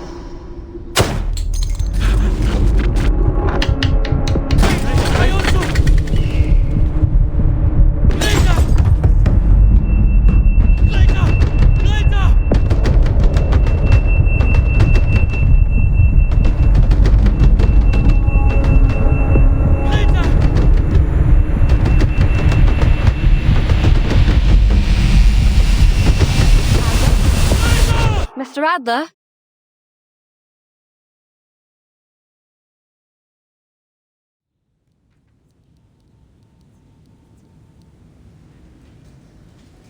You've been out of sorts during our recent meetings, Adler. You should get more sleep. Sleep is a vital function for humans. Thank you for your considerable insights into human nature. But that's quite enough.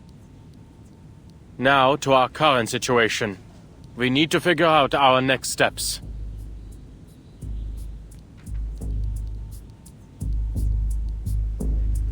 Ludwig's reappearance has introduced a serious problem. The core is no longer in our hands. Our crossword puzzle has been torn to shreds, and we have no leads to speak of. Even the most skilled cryptographer can't reverse engineer a key out of thin air. Seems like an easy fix to me. I say we take apart the toy box. Ludwig and the core are both in there, right? So take it apart. Let all its elements reset to their original states individually, then it'll be a breeze to analyze. That's too reckless, Researcher Medicine Pocket. Dismantling the toy box might cause significant data loss. Or possibly even destroy the toy box itself. Then we'll be without any research subject at all. Well, sitting here overthinking everything isn't gonna produce any results either. Just reset it. We can continue with our original plan.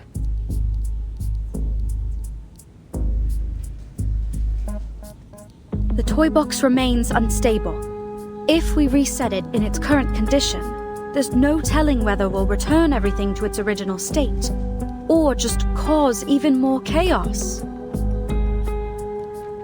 Ludwig's signal is still near the tower. We'd better come to a decision before he leaves. No more hesitating. There's no use in waiting. Plus, since the data is restored after each reset of the toy box, we can start by assuming that the mishap with Ludwig has been fixed. We start with a hypothesis, then we test it.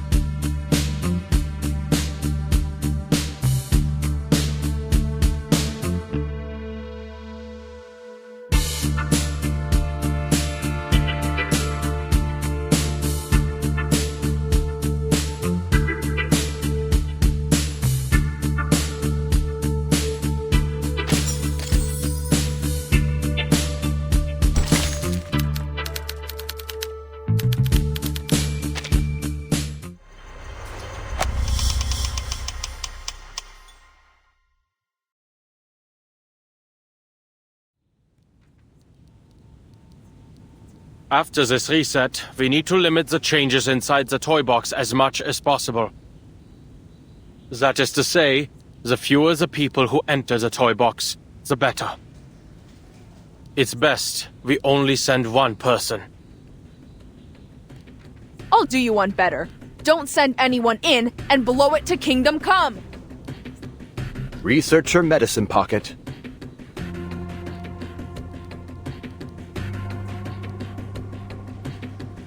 Great! A brand new toy box and a brand new chance to fail! Consistently reproducing failed results follows the scientific method too, right? Seriously, none of us even knows what's in there, and you're saying we should send a single person in alone? You're totally fine with that, huh? Leaving all those insane pieces and that psycho Raven for some unlucky bastard to deal with? This doesn't happen often, but I have to say, I agree with Medicine Pocket. Whoever decides to enter will be risking their own safety.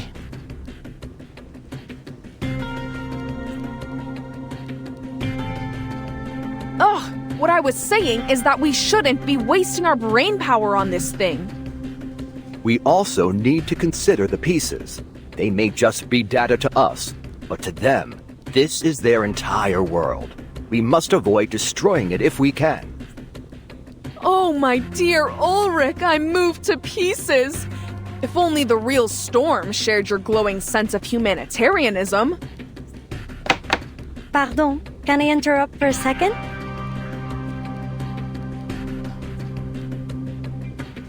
I have good news. I've tested the communicator's durability. Although the tower's effect grows stronger the closer you get, the unlucky person entering the box will be able to receive outside help up until they enter the tower. If we aren't giving up on that plan, that is. That's great! But assigning 100 people to wash test tubes in a lab isn't gonna make the research go any faster. That's all that communicator's gonna give. A bunch of test tube washers. Don't say that. If you gave me 10 research assistants who understood the Lane-Emden equation, I'd be pleased no matter what.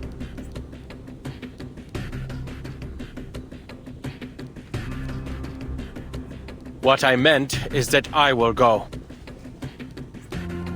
You're a human, Adler. And at the end of the day, that toy box runs an Arcanum. Thank you for the reminder, Bottle Brain.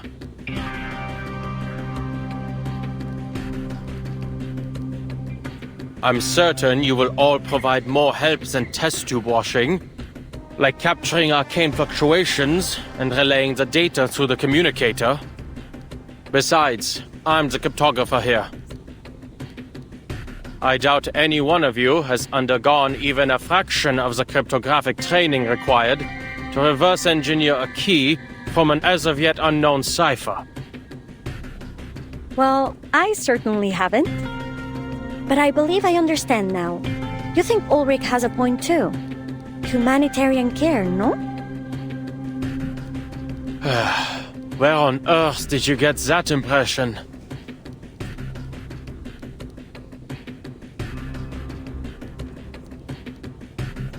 All right. You're right. You didn't say that.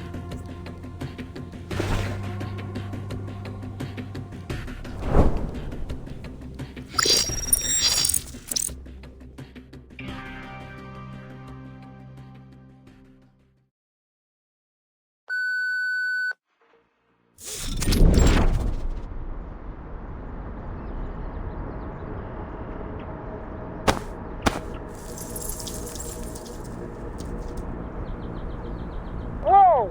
Look at that ball of light in the sky. Huh! I'm starting to like this place. I'm afraid that's this toy box's version of the moon.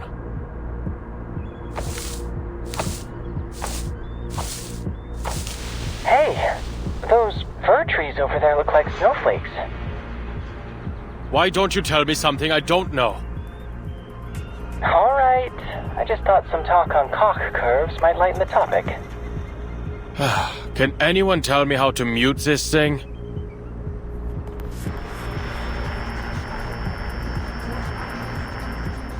Understood. Researcher Pointer and I will strictly control the other's input as requested. Right. We guarantee we'll only bother you if it's essential. Thank you. I'll contact you if necessary.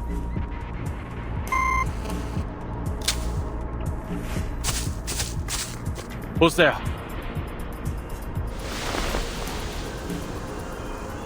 Mr. Enigma? Didn't expect I'd run into you here, Miss Marcus. Are you reading?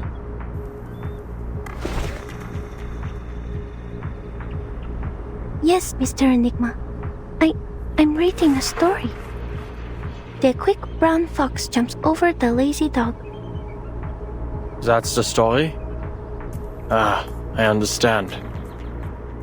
Mm-hmm. It's about legends and people who write history.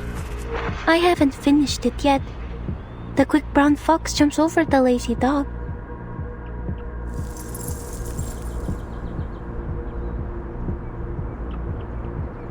Is there something I can help you with, Quick? I'm looking for a tower. Do you know where it might be?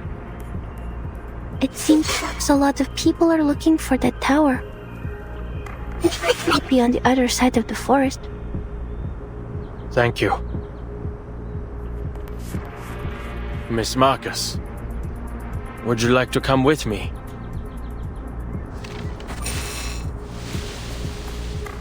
I'm waiting for someone. I don't seem to remember who I'm waiting for. Brown. Was she also looking for the tower? The quick brown fox jumps over the lazy dog. Forget it.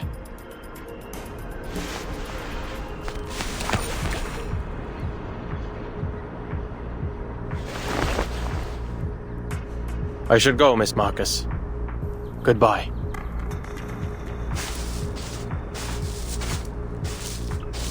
Please, careful.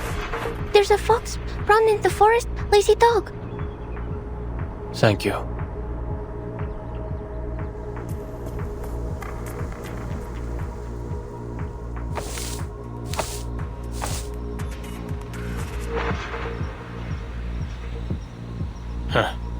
How wonderfully eye-catching. What is this? Tantalus's punishment? Danger! Closer, don't any come! Wait, you're...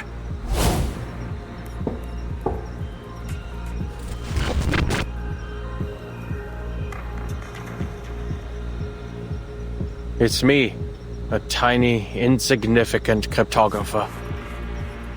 It's a pity we've never worked together.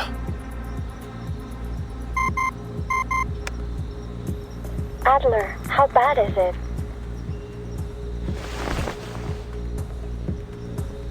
Oh, fine. Just a piece who's gone mad.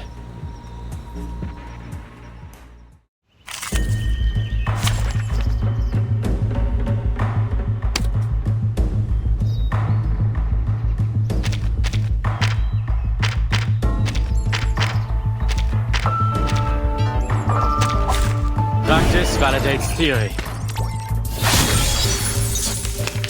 Initiating research on a big unknown opponent. Sampling, analyzing. Kindly make your way into the reagent ponds. We'll shake them to see if you're a solid or a liquid. That almost made me laugh. Unfortunately for you, that is not enough to convince me to cooperate.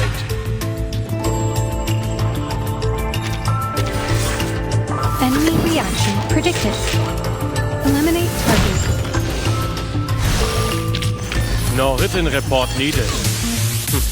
They should push your man.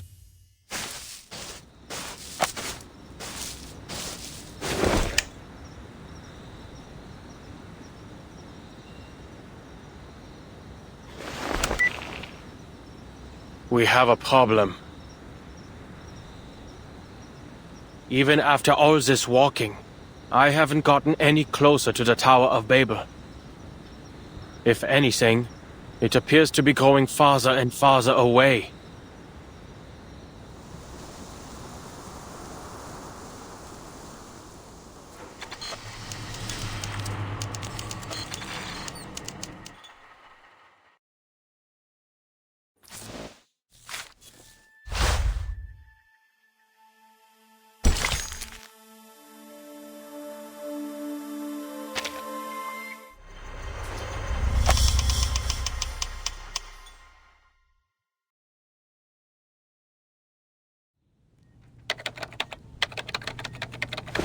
We're all quite used to the language disorder by now, so that isn't much of a problem. And there isn't much need for him to communicate with anyone. But what does concern me is that moving tower. A brand new variable. What was it again? There was an expression I heard when I was trying to research Kipperinas and Nameday's arcane skills. Oh, that's the one!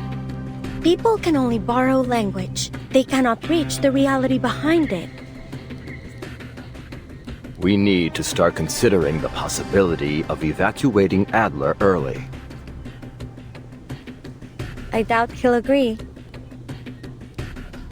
Then prepare to evacuate him by force, if necessary. From what we've seen so far, the situation is far worse than predicted. Not only has the language disorder encompassed the whole toy box, but it's starting to leak out of it too.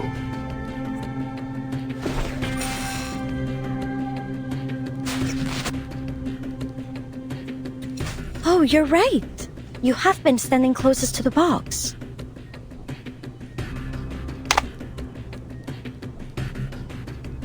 All right, I'll tell him. Saves the two of you from bickering again. Adler, can you hear me? I hope you have some good news. Sorry for what I'm about to say, but I'll keep it straight. The toy box's instability is higher than predicted. We advise you to return early. If you can't retrieve the core soon, we'll have to use our backup plan. Blowing up the box. And Bottlebrain agrees with this?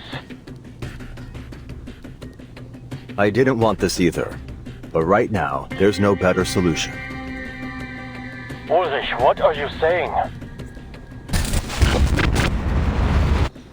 Ulrich, what are you saying? The disorder is spreading to Laplace again. Your time in the box is limited. And according to the LSCC safety management regulations, ensuring your safety is the higher priority.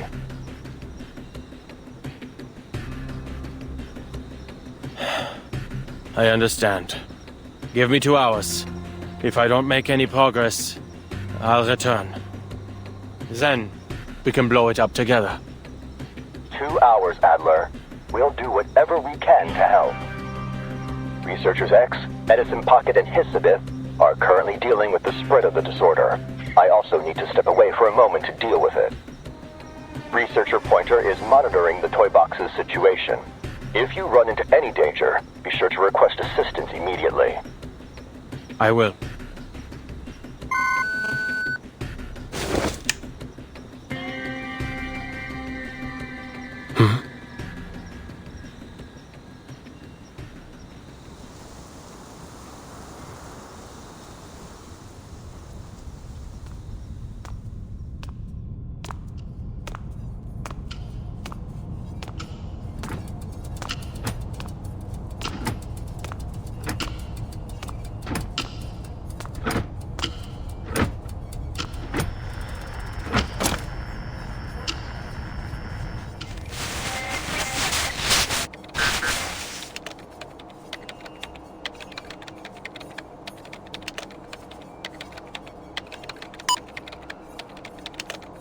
I am not redoing the material reimbursement. Then you can choose not to submit it. But I must remind you that the reimbursement deadline is this Friday. The plasma extract has extremely potent side effects. The Plus ought to tear down the building and install turf.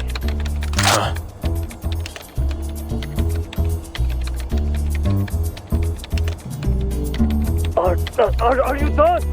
You're wasting Laplace resources.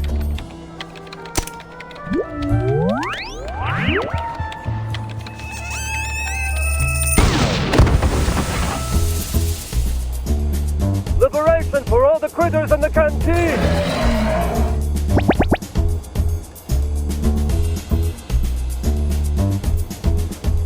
What on?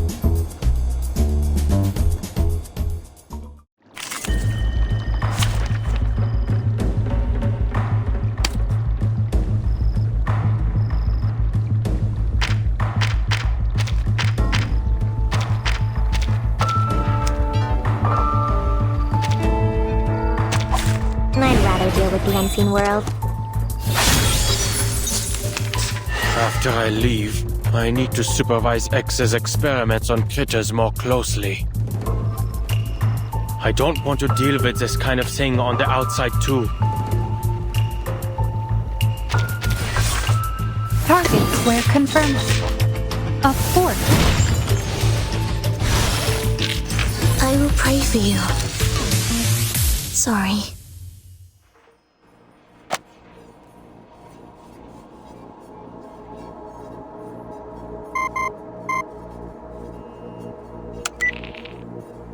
We're back. This time the disorder symptoms are visual, nothing too serious. It's a shame you can't see us right now, gathered around the toy box with symbols floating around our heads. What's the situation? Nothing much to report. So, a piece just did something I'm sure we've all wanted to. He applied for a massive amount of funds? No. He killed the administrator who asked him to resubmit his invoice. Then led a dozen critters in an attempted uprising. Very extreme. Intéressant. Now, there's no one here who wants to do anything like that to our colleagues. To each their own. I'd like to confirm something. You just returned this moment, yes? Was anybody thinking about invoices, the canteen, or anything related to Picasma candy just now? Hey, why all the questions? Mr. Enigma, this isn't exactly the time for a workplace interview. Come on, stop the chatter and tell me, quickly! Oh, you mean you think our observations out here are having an impact in there? Right. The approval you owe me, it's still in the back of my mind. You already got it, right? The bottle of Procrasma? That's the one. Now, I need you to give me some time. Stay away from the box. Do not observe my movements. I see. We'll avoid any eye contact with the toy box. Remember, we have forced evacuation measures in place, Adler.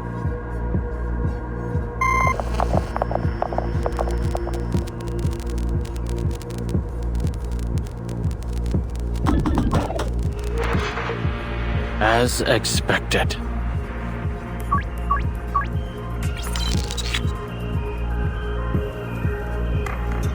Hey pal, coming through. Sorry, need to reorganize all these receipts ASAP. You heard him, didn't you? The deadline's Friday.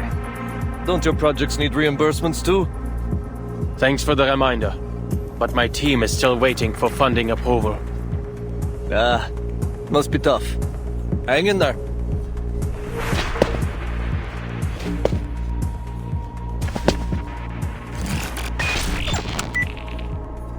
Ulrich, I assume you've also come to the same conclusion.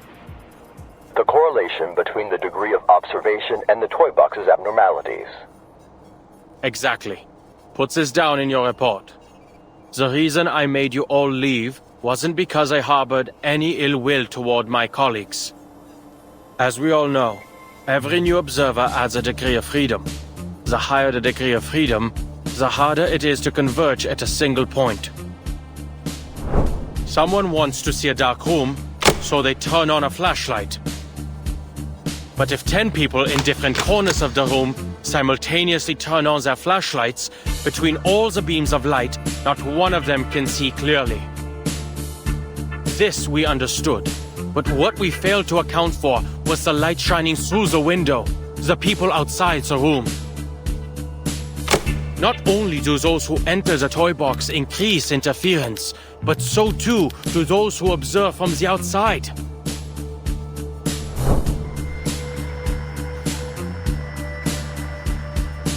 An astonishing conclusion, Adler, but it's a line of thought worth testing. Do you think 2 hours of basic cryptography training would be enough for one of our colleagues to enter the box and take your place? No need to complicate things. We can cut off communications now. What did you say? Turn off the flashlight, and the room will return to its original appearance. Every flashlight, including my own. Let me remind you again, you're not an arcanist. You can't detect the arcane fluctuations in the toy box on your own. Yes, I can. Although the effects won't last for long.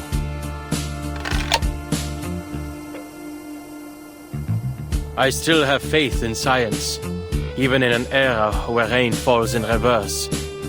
It's reliable by nature. Systematic, comprehensive, replicable. As for Arcanum, I may as well make the most of it while it's mine to use. Thankfully, its basic applications don't require deep understanding. I'll ensure my own safety.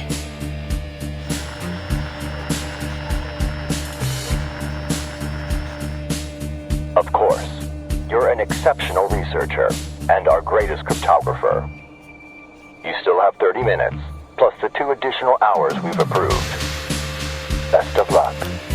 See you soon, Adler. See you soon, Ulrich.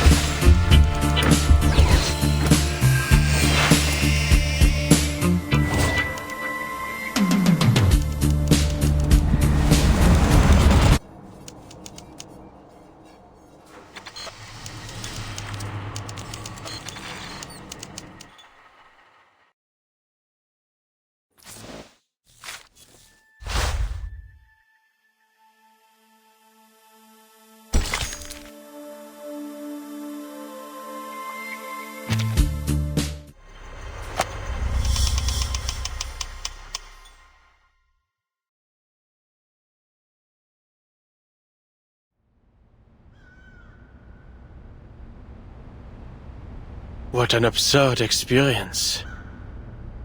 Using my eyes to gauge the distance, what I saw was a far-off tower and the many difficulties to reach it. That, I realize now, was another result of my observation. Yet the moment I stopped trying to logically deduce its location, lo and behold, here it is.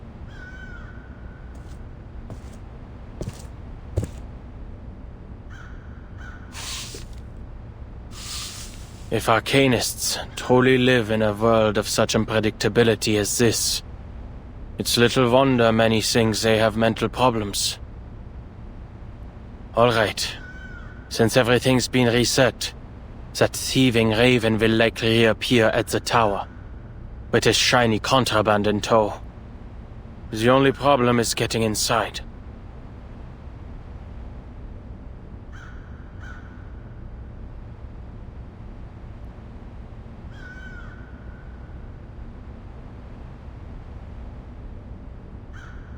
There aren't enough footholds, and I'm not certain whether that structure up there is in fact a window. Open sesame.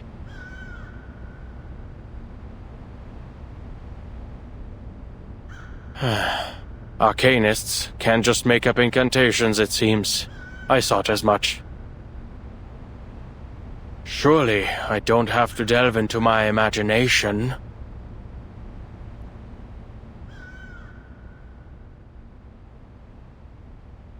Arcane skills. Arcane skills. How on earth do they figure out these things? I should have asked for a copy of a basic guide to using Arcanum before cutting off communications. Never mind. The principles ought to be about the same. Focus your mind and let the intensity of your thoughts bore a hole in the wall. Not hoping to turn your thoughts into a sledgehammer, are you?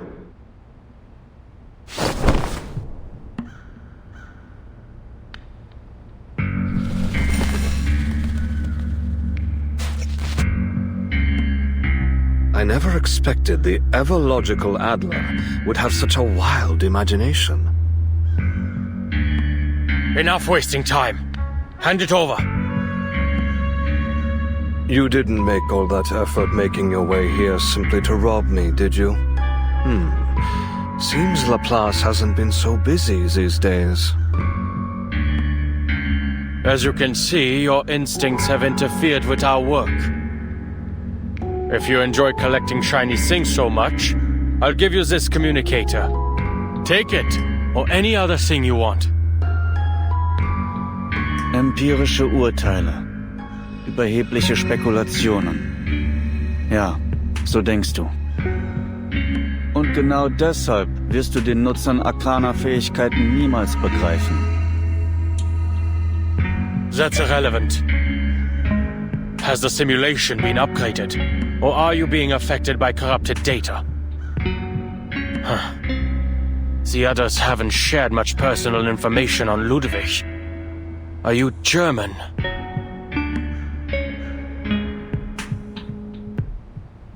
Ich verstehe ganz genau, was du willst. Du bist viele Male in diesen Turm gekommen, um ihn zu zerstören. Und diese Farce eines Experiments. Dann hat sich etwas verändert. Du wurdest neugierig, wolltest seine Geheimnisse enthüllen. Der natürliche Instinkt eines Forschers. Doch du wurdest viel zu hastig in deinem Streben und hast begonnen, Dinge zu erforschen, die du niemals zu begreifen hoffen kannst.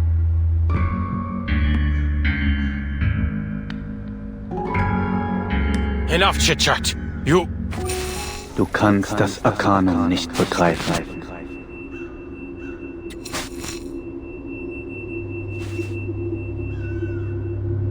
Stop!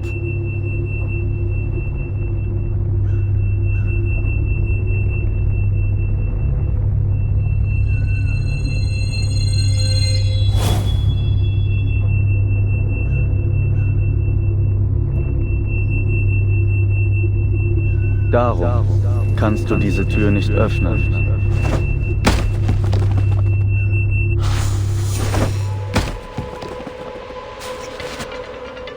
You're the one interfering with my experiment, Researcher Adler.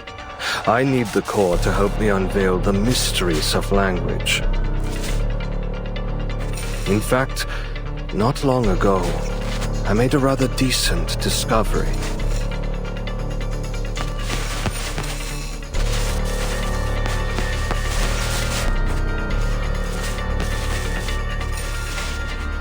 Was that hypnosis?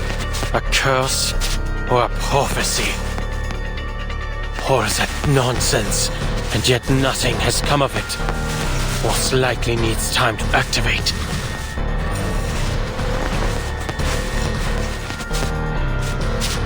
There's still half an hour left. Enough time to get you out of my way.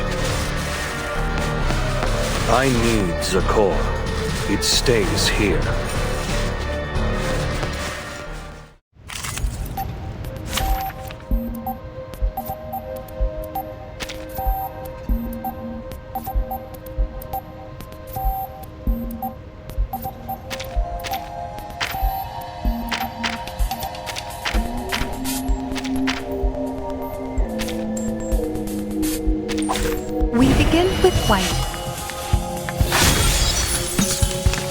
Deine Einmischung ist der eigentliche Beweis dafür, dass die Erschaffung einer perfekten Sprache notwendig ist. Es besteht keinerlei Notwendigkeit, dass wir uns auf diese Weise gegenüberstehen. Dieser Kern wird es mir ermöglichen, die schmutzigen Fehler der Sprache zu eliminieren und die Shannon-Entropie in ein vollkommenes Gleichgewicht zu bringen. Keine Abhängigkeit mehr von Kontext oder Erfahrung. Keine Mehrdeutigkeiten oder Missverständnisse mehr. Wenn die Entropie ihr Minimum erreicht, kann durch Sprache eine wahrhaft präzise und tiefgreifende Form der Selbstexpression erreicht werden. Und so wirst du schließlich vollständig begreifen, was ich beschrieben habe. If you just surrender the core, there would be no reason to fight. Ich werde mir dein weiteres Geschwätz nicht mehr anhören.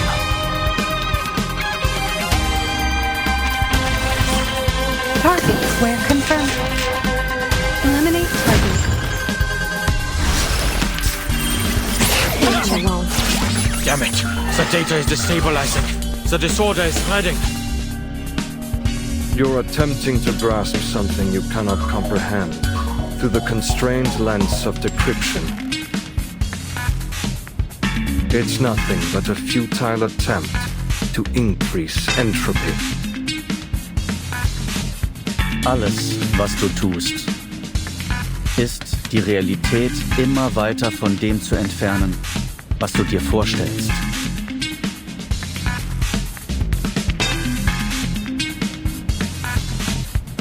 Enemy reaction predicted. Barrage. Sorry.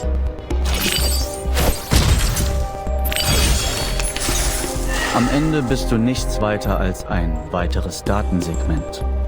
Unfähig, dich an diesem Ort der Entropie zu erhalten. Die Konsequenzen kollidierender Daten. Ich sollte besser einige stabile Datenübertragungskanäle einrichten. Zum Glück habe ich noch etwas Zeit.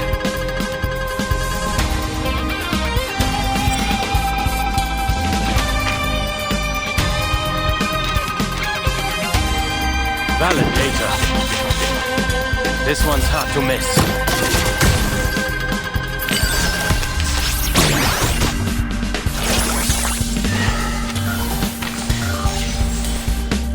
Target square confirmed. A fort.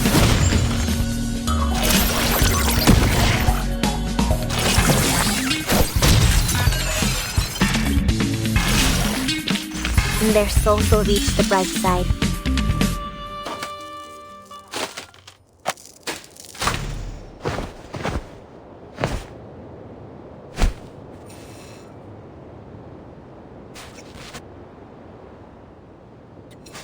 My data?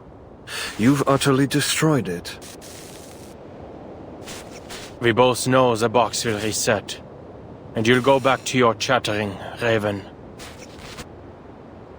Ah, yes. The pieces exist in a world that may be reset. One might think their lives are full of opportunity and that everything is recoverable. But under special conditions, these pieces can also die. What do you mean? The core's contents have the ability to interfere with everything around it. It can tear your mind apart, even scramble your data into a jumbled mess. Opening its protective shell won't bring you the results you're looking for. Ludwig already paid the price for his curiosity. His experiment failed, and his mind was imprisoned here.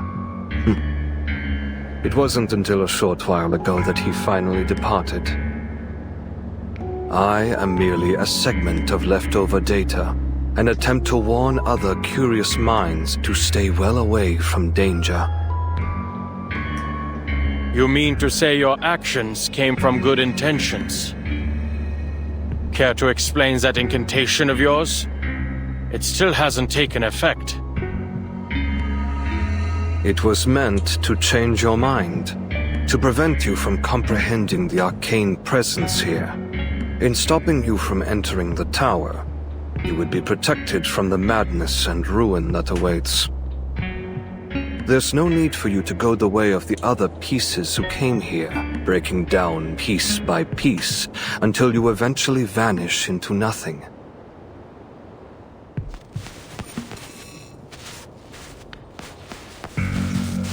But you needn't worry. It won't be long until my arcane skill ceases to function. I've never had the opportunity to work with Ludwig. But based on your simulation of him, I can guess he's a stubborn, conceited, curious, egotistical fellow. Oh, not really. Just a raven cursed with knowledge, trying his best to protect those who come after. A typical Laplace employee. You're unhappy.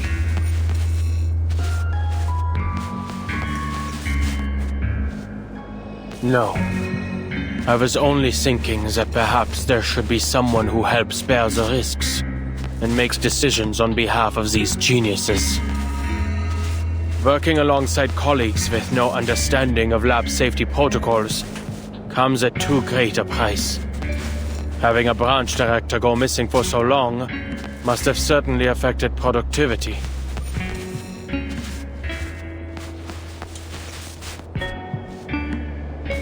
But you and I have never worked together.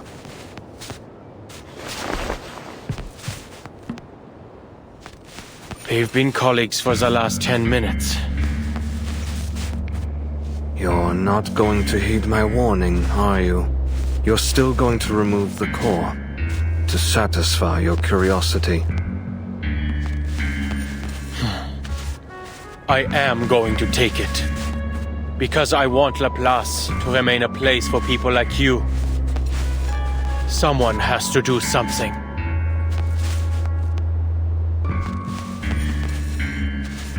What a coincidence.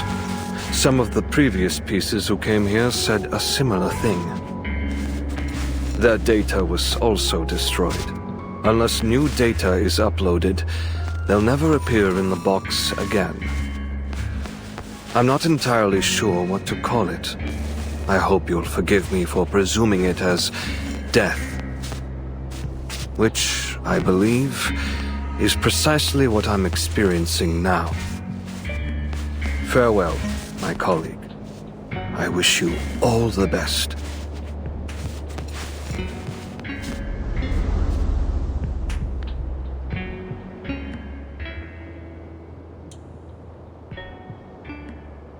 Farewell.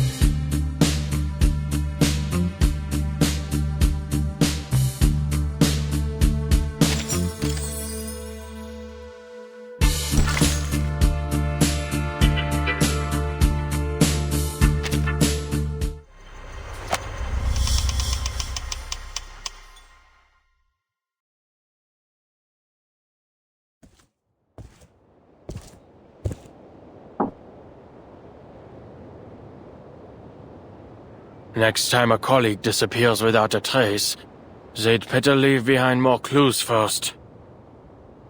Not even a crack. This isn't drawn on, is it?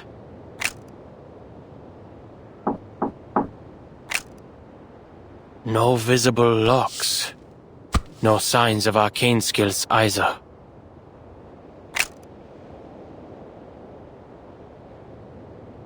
Greta's been here. She found a way through.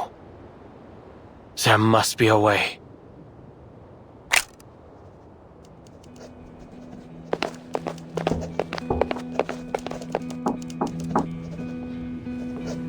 Researcher Adler? Researcher Adler, how are you? We've all been quite concerned about your condition. The results of our investigation into the storm have arrived, and everyone's fighting to form research teams. This might be a bit presumptuous, but we'd like to invite you to join us.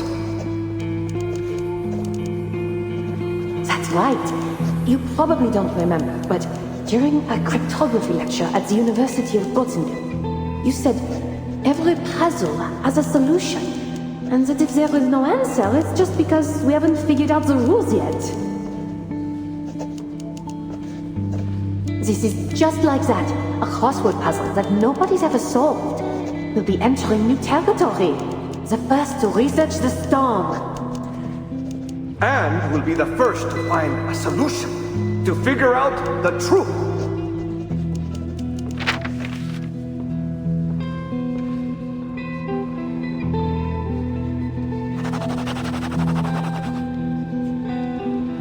A solution? A solution that can be overturned at any time by the appearance of an inexplicable presence? Only a fanatic would find joy in all this. At least they finally have some evidence that gods are here.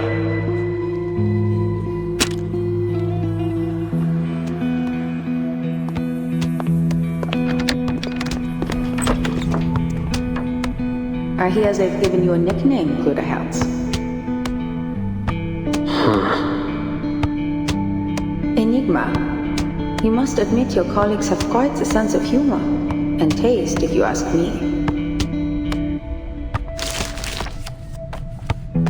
You may be helping with some decoding work in here, and somehow turned me into your personal news and paper delivery girl.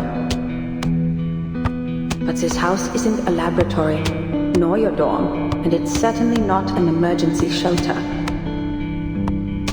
There is no harm in returning to a normal life. I'm listening. No, you aren't.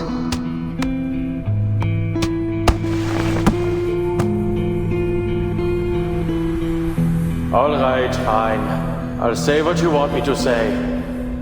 How's the situation outside, Kreta?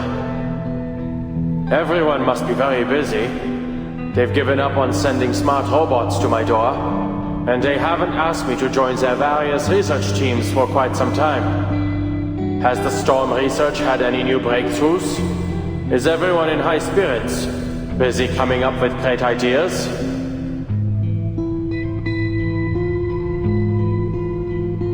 Another storm hit. It was sudden. I heard there were researchers gathering data outside. They didn't make it back in time. The situation as a foundation isn't much better.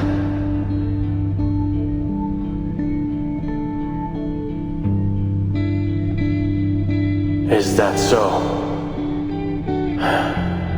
I see.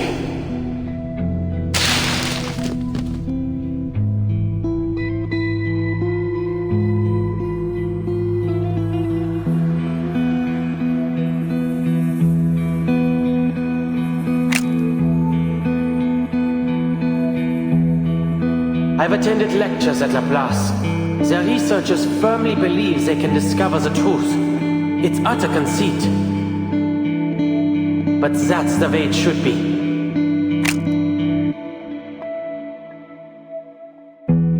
I'll take up that role and do what you've been nagging me to do. I'll take care of those pesky committees.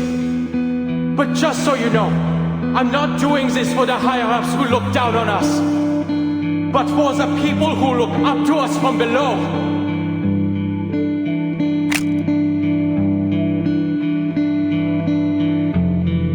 Because I want Laplace to remain a place for people like you.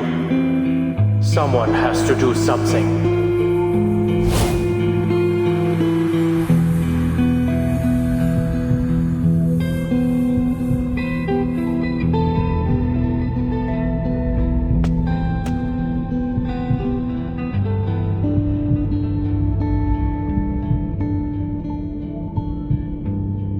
I should have done this a long time ago.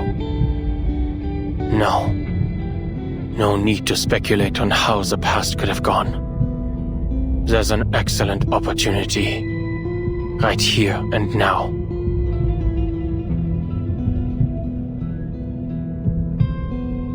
Everything inside the toy box changes with observation. It faithfully recreates my every thought, perception, and idea.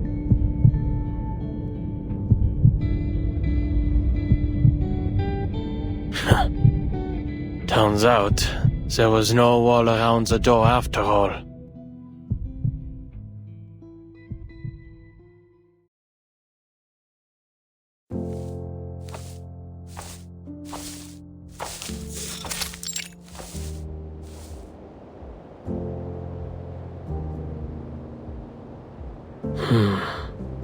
Back where I started. Not bad.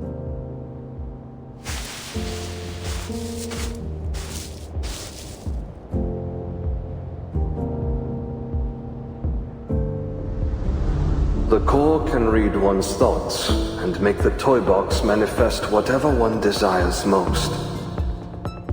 I wanted to create a language without limits, a language everyone could understand and use. And so, it rebuilds the Tower of Babel for me. It is far too powerful. If you take it, you'll be engulfed by it. Something I don't want to happen. But it's clear you've made your decision. I'm powerless to stop you. I can only wish you the best of luck, and hope you stay true to your convictions. If I had the time, I'd like to have witnessed what it creates for you.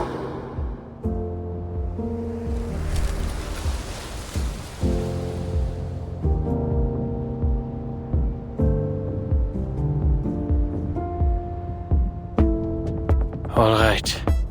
Adventure's over. Good. It's created a new code under my observation. A familiar, basic code. And a hint. Das Zeitalter der Menschen ist zu Ende.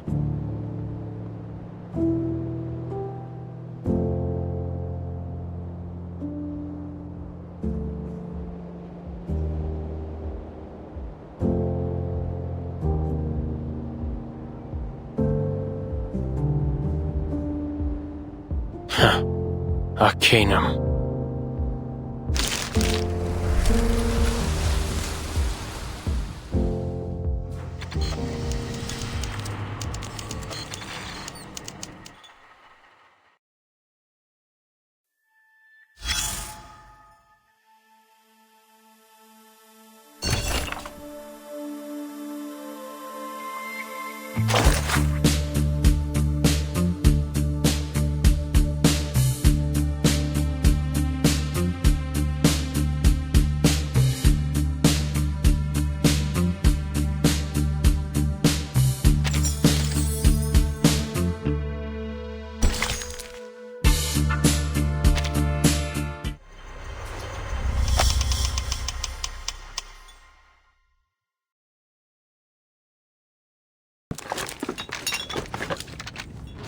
The Visionaire cipher. A multi-layered application of the Caesar cipher. In this scenario, using Kaczynski's test to reverse engineer the key from known ciphertext is the most suitable approach. Usually, the key isn't particularly long. It was most likely repeated to generate this ciphertext. Simply find the repeating character sequences and use the distance between them to infer the key's length. It must be a multiple.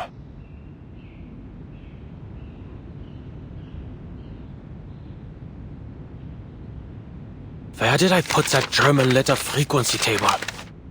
First, calculate the index of coincidence.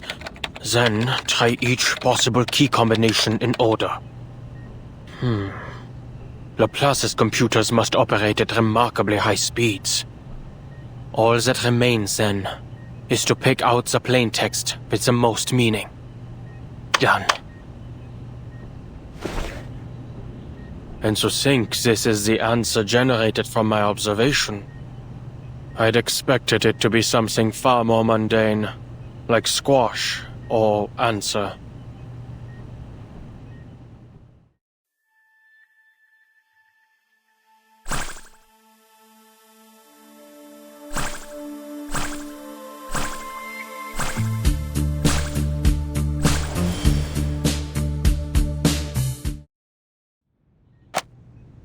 Zukunft.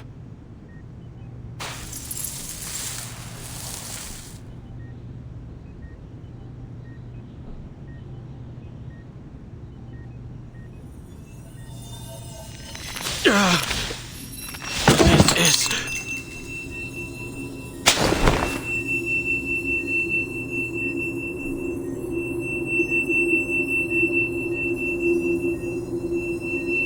These intense arcane fluctuations. I've seen them before. Verdammt. First, I need to...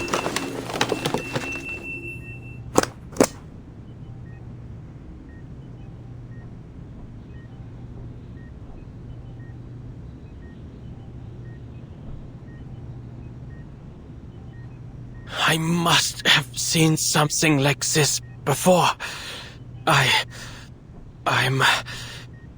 Yes.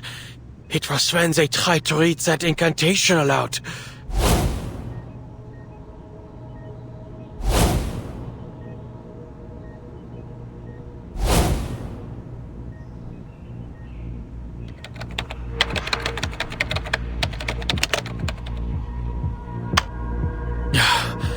High concentrations of asymmetrical nuclide R were detected in certain locations. Upon inspection, these concentrations were not correlated with any external factors. These locations did not follow any particular distribution pattern, nor did they overlap with the results of our geological surveys. Based on our current research, the arcane fluctuations at these locations are similar to those of an activated Hoffman knot, both sharing the same tremor frequency. Some posit this as a blessing of sorts, resulting from the worship of a supreme existence. For example, the school of Aperons believe in the Boundless One spared them from the effects of the storm. And Miss Amundsen's self-described worship of the Mother Spirit is most likely connected to the mutation she underwent. All of these locations had records of relatively extended periods of deity worship.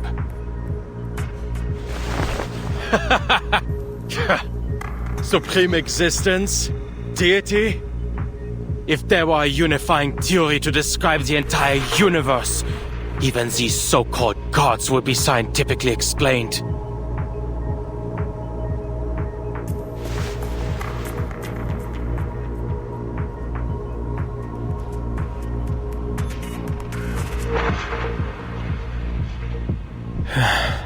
What a helpful little assistant you are.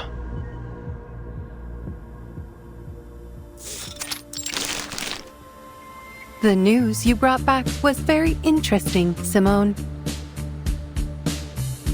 Madame Z has always maintained a cooperative attitude toward Laplace. It should have come as no surprise to you.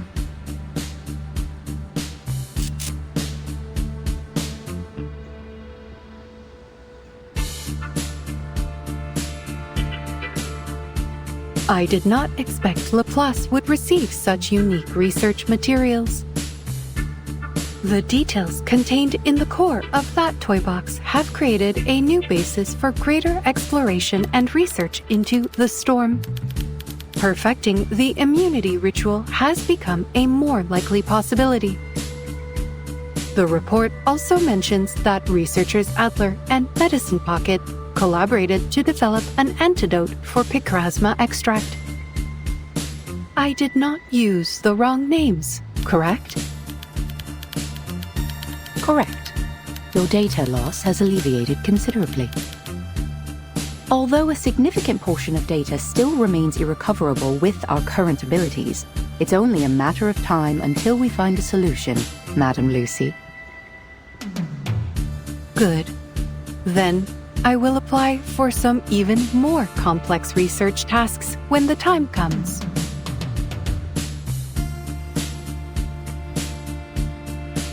I have finished composing a response to researcher Adler's letter.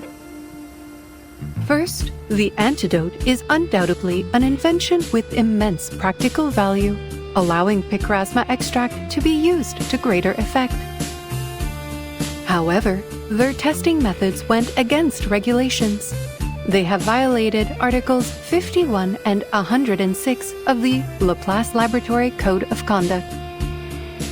While I congratulate researcher Adler on his official appointment as director, I must also warn him that he will appear on this month's public notice board for these violations. In other words, everyone will see his appointment and his breach of regulations announced side by side. Based on my estimates, this has a 92% chance of occurring, approaching certainty.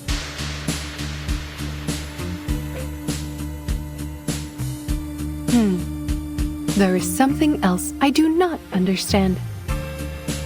Does Laplace currently have a large surplus of paper?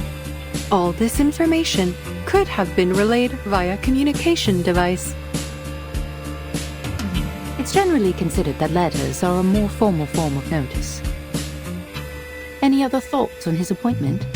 Would you like me to monitor researcher Adler's performance during his first 3 months as director? There is no need to scrutinize this specific matter, Simone.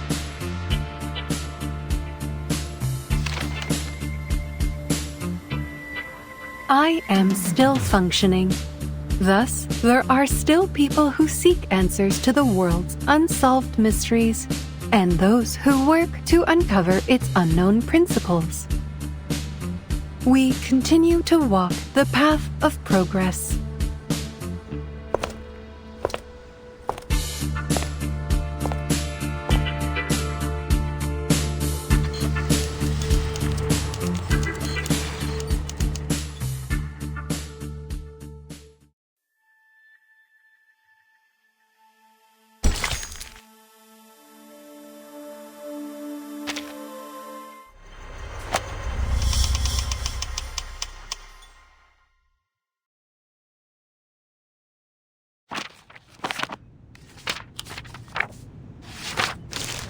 This is a very thorough report.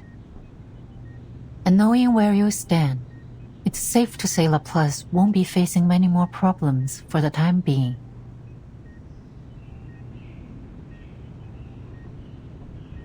Our research will continue until we uncover the truth behind the toy box.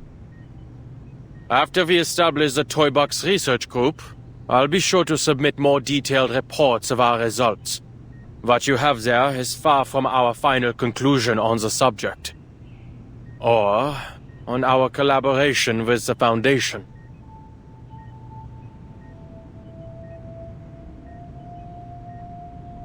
Anyone who gives the final answer without careful consideration is either a gambler or a cheat. I'm glad to see your prudence and rationality as a researcher remain as dependable as ever. Of course, I'm even happier you finally decided to be more than just a researcher.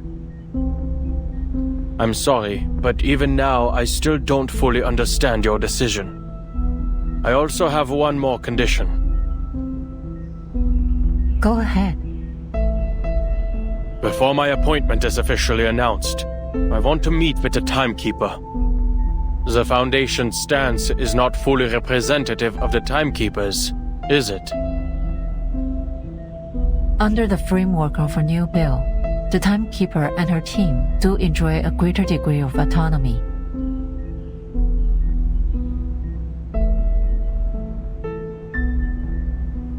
Regardless, this isn't a difficult request to fulfill. Laplace's research findings have made many major contributions to the Timekeeper's operations.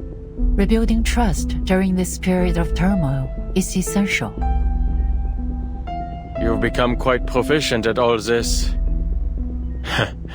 And I'm just finally starting to get used to it.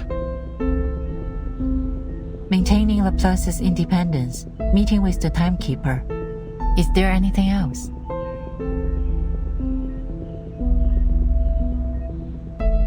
Before the Foundation requests the details of any of Laplace's research, they must inform me what it will be used for. Can you accept this? The Foundation has never deliberately concealed anything from Laplace. We've always guaranteed your right to know. Yes, but the reasons they provide could easily be half-truths, or arrive late. I don't mean to make your life difficult, but you know better than I the reality of how the Foundation operates. Judging by your reaction, you can't make that promise. I expected as much.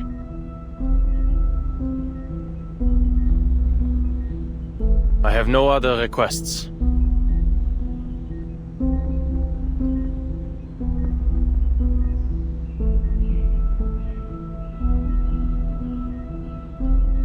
Very good.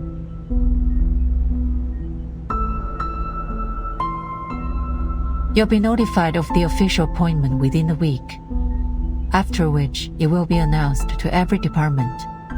Hopefully, we won't run into any trouble.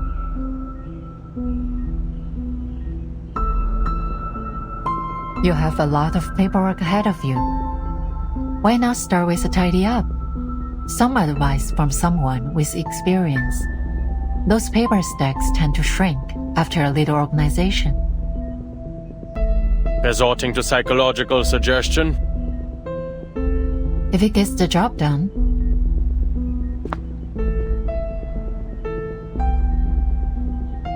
All in all, congratulations to you, Adler, and to Laplace.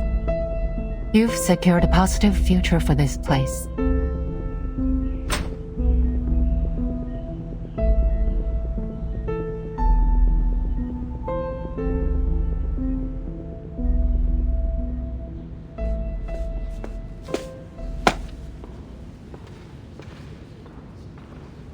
Marguerite.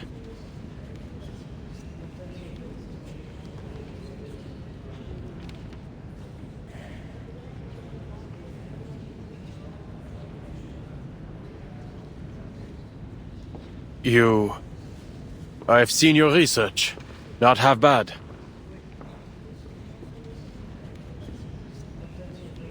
Thank you, Mr. Adler. And congratulations.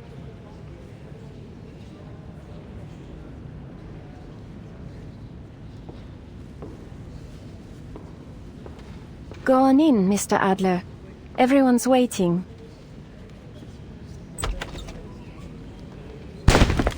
Happy birthday!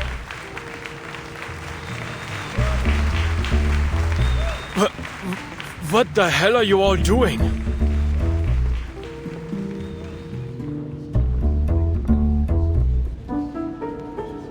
It's a celebration, Mr. Enigma, for your birthday. And for your appointment as director, of course. Today isn't my birthday. Oh, that doesn't matter. You can celebrate it early. The most important thing is today is a day worth celebrating. There's cake. Is that dairy cream? Or something plant-based?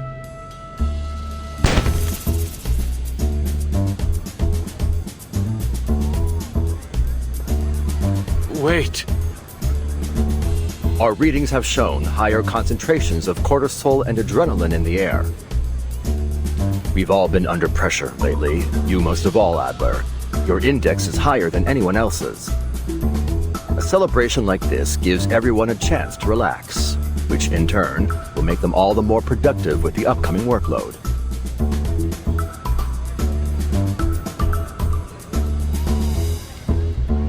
Well, this is a birthday party, isn't it? Make a wish, Enigma. What's that? You want me to make one on your behalf? Well, if you say so. I wish, more than anything in the world, for my approval form to pass today. I need to sample the outer material of the toy box. Denied. Your plasma consumption research already jumped the queue. And we need to maintain the structural integrity of the toy box.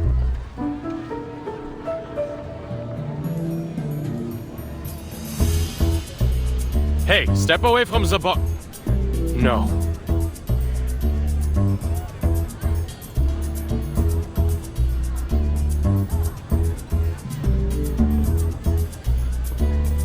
Listen up!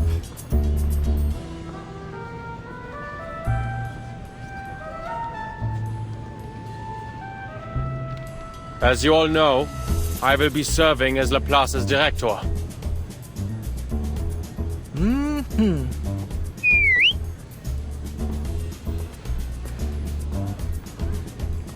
Sans blague! You don't say! We were hardly surprised by the decision.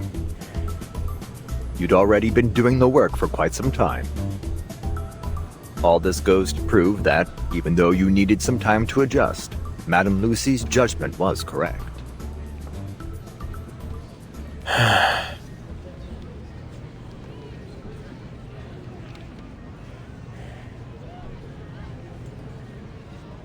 I suppose I've well and truly picked up some useless habits. And? Anything else you want to say, Director?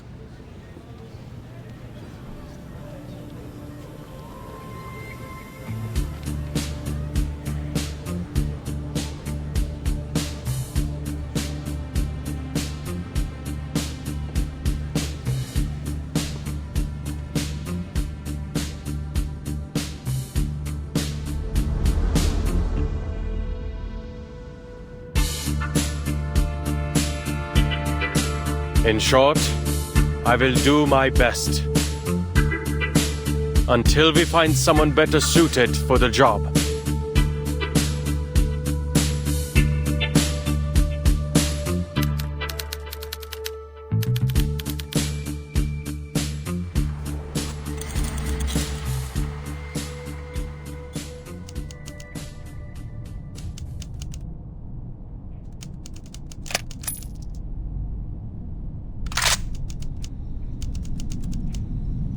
Diejenigen, die nicht vom Sturm geholt werden. Wohin gehen sie, wenn sie sterben? Eine Frage, die noch immer unbeantwortet bleibt. Ich glaube nicht an die Existenz von Göttern, noch an irgendeinen Himmel oder eine Hölle. Ich wünschte, du könntest mir deine Antwort geben, Reiter. Ich wünschte, ich könnte dich selbst fragen. Bang.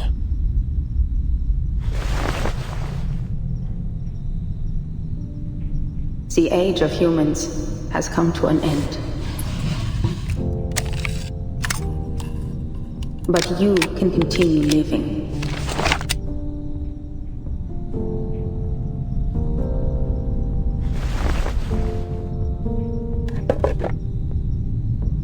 In our new age.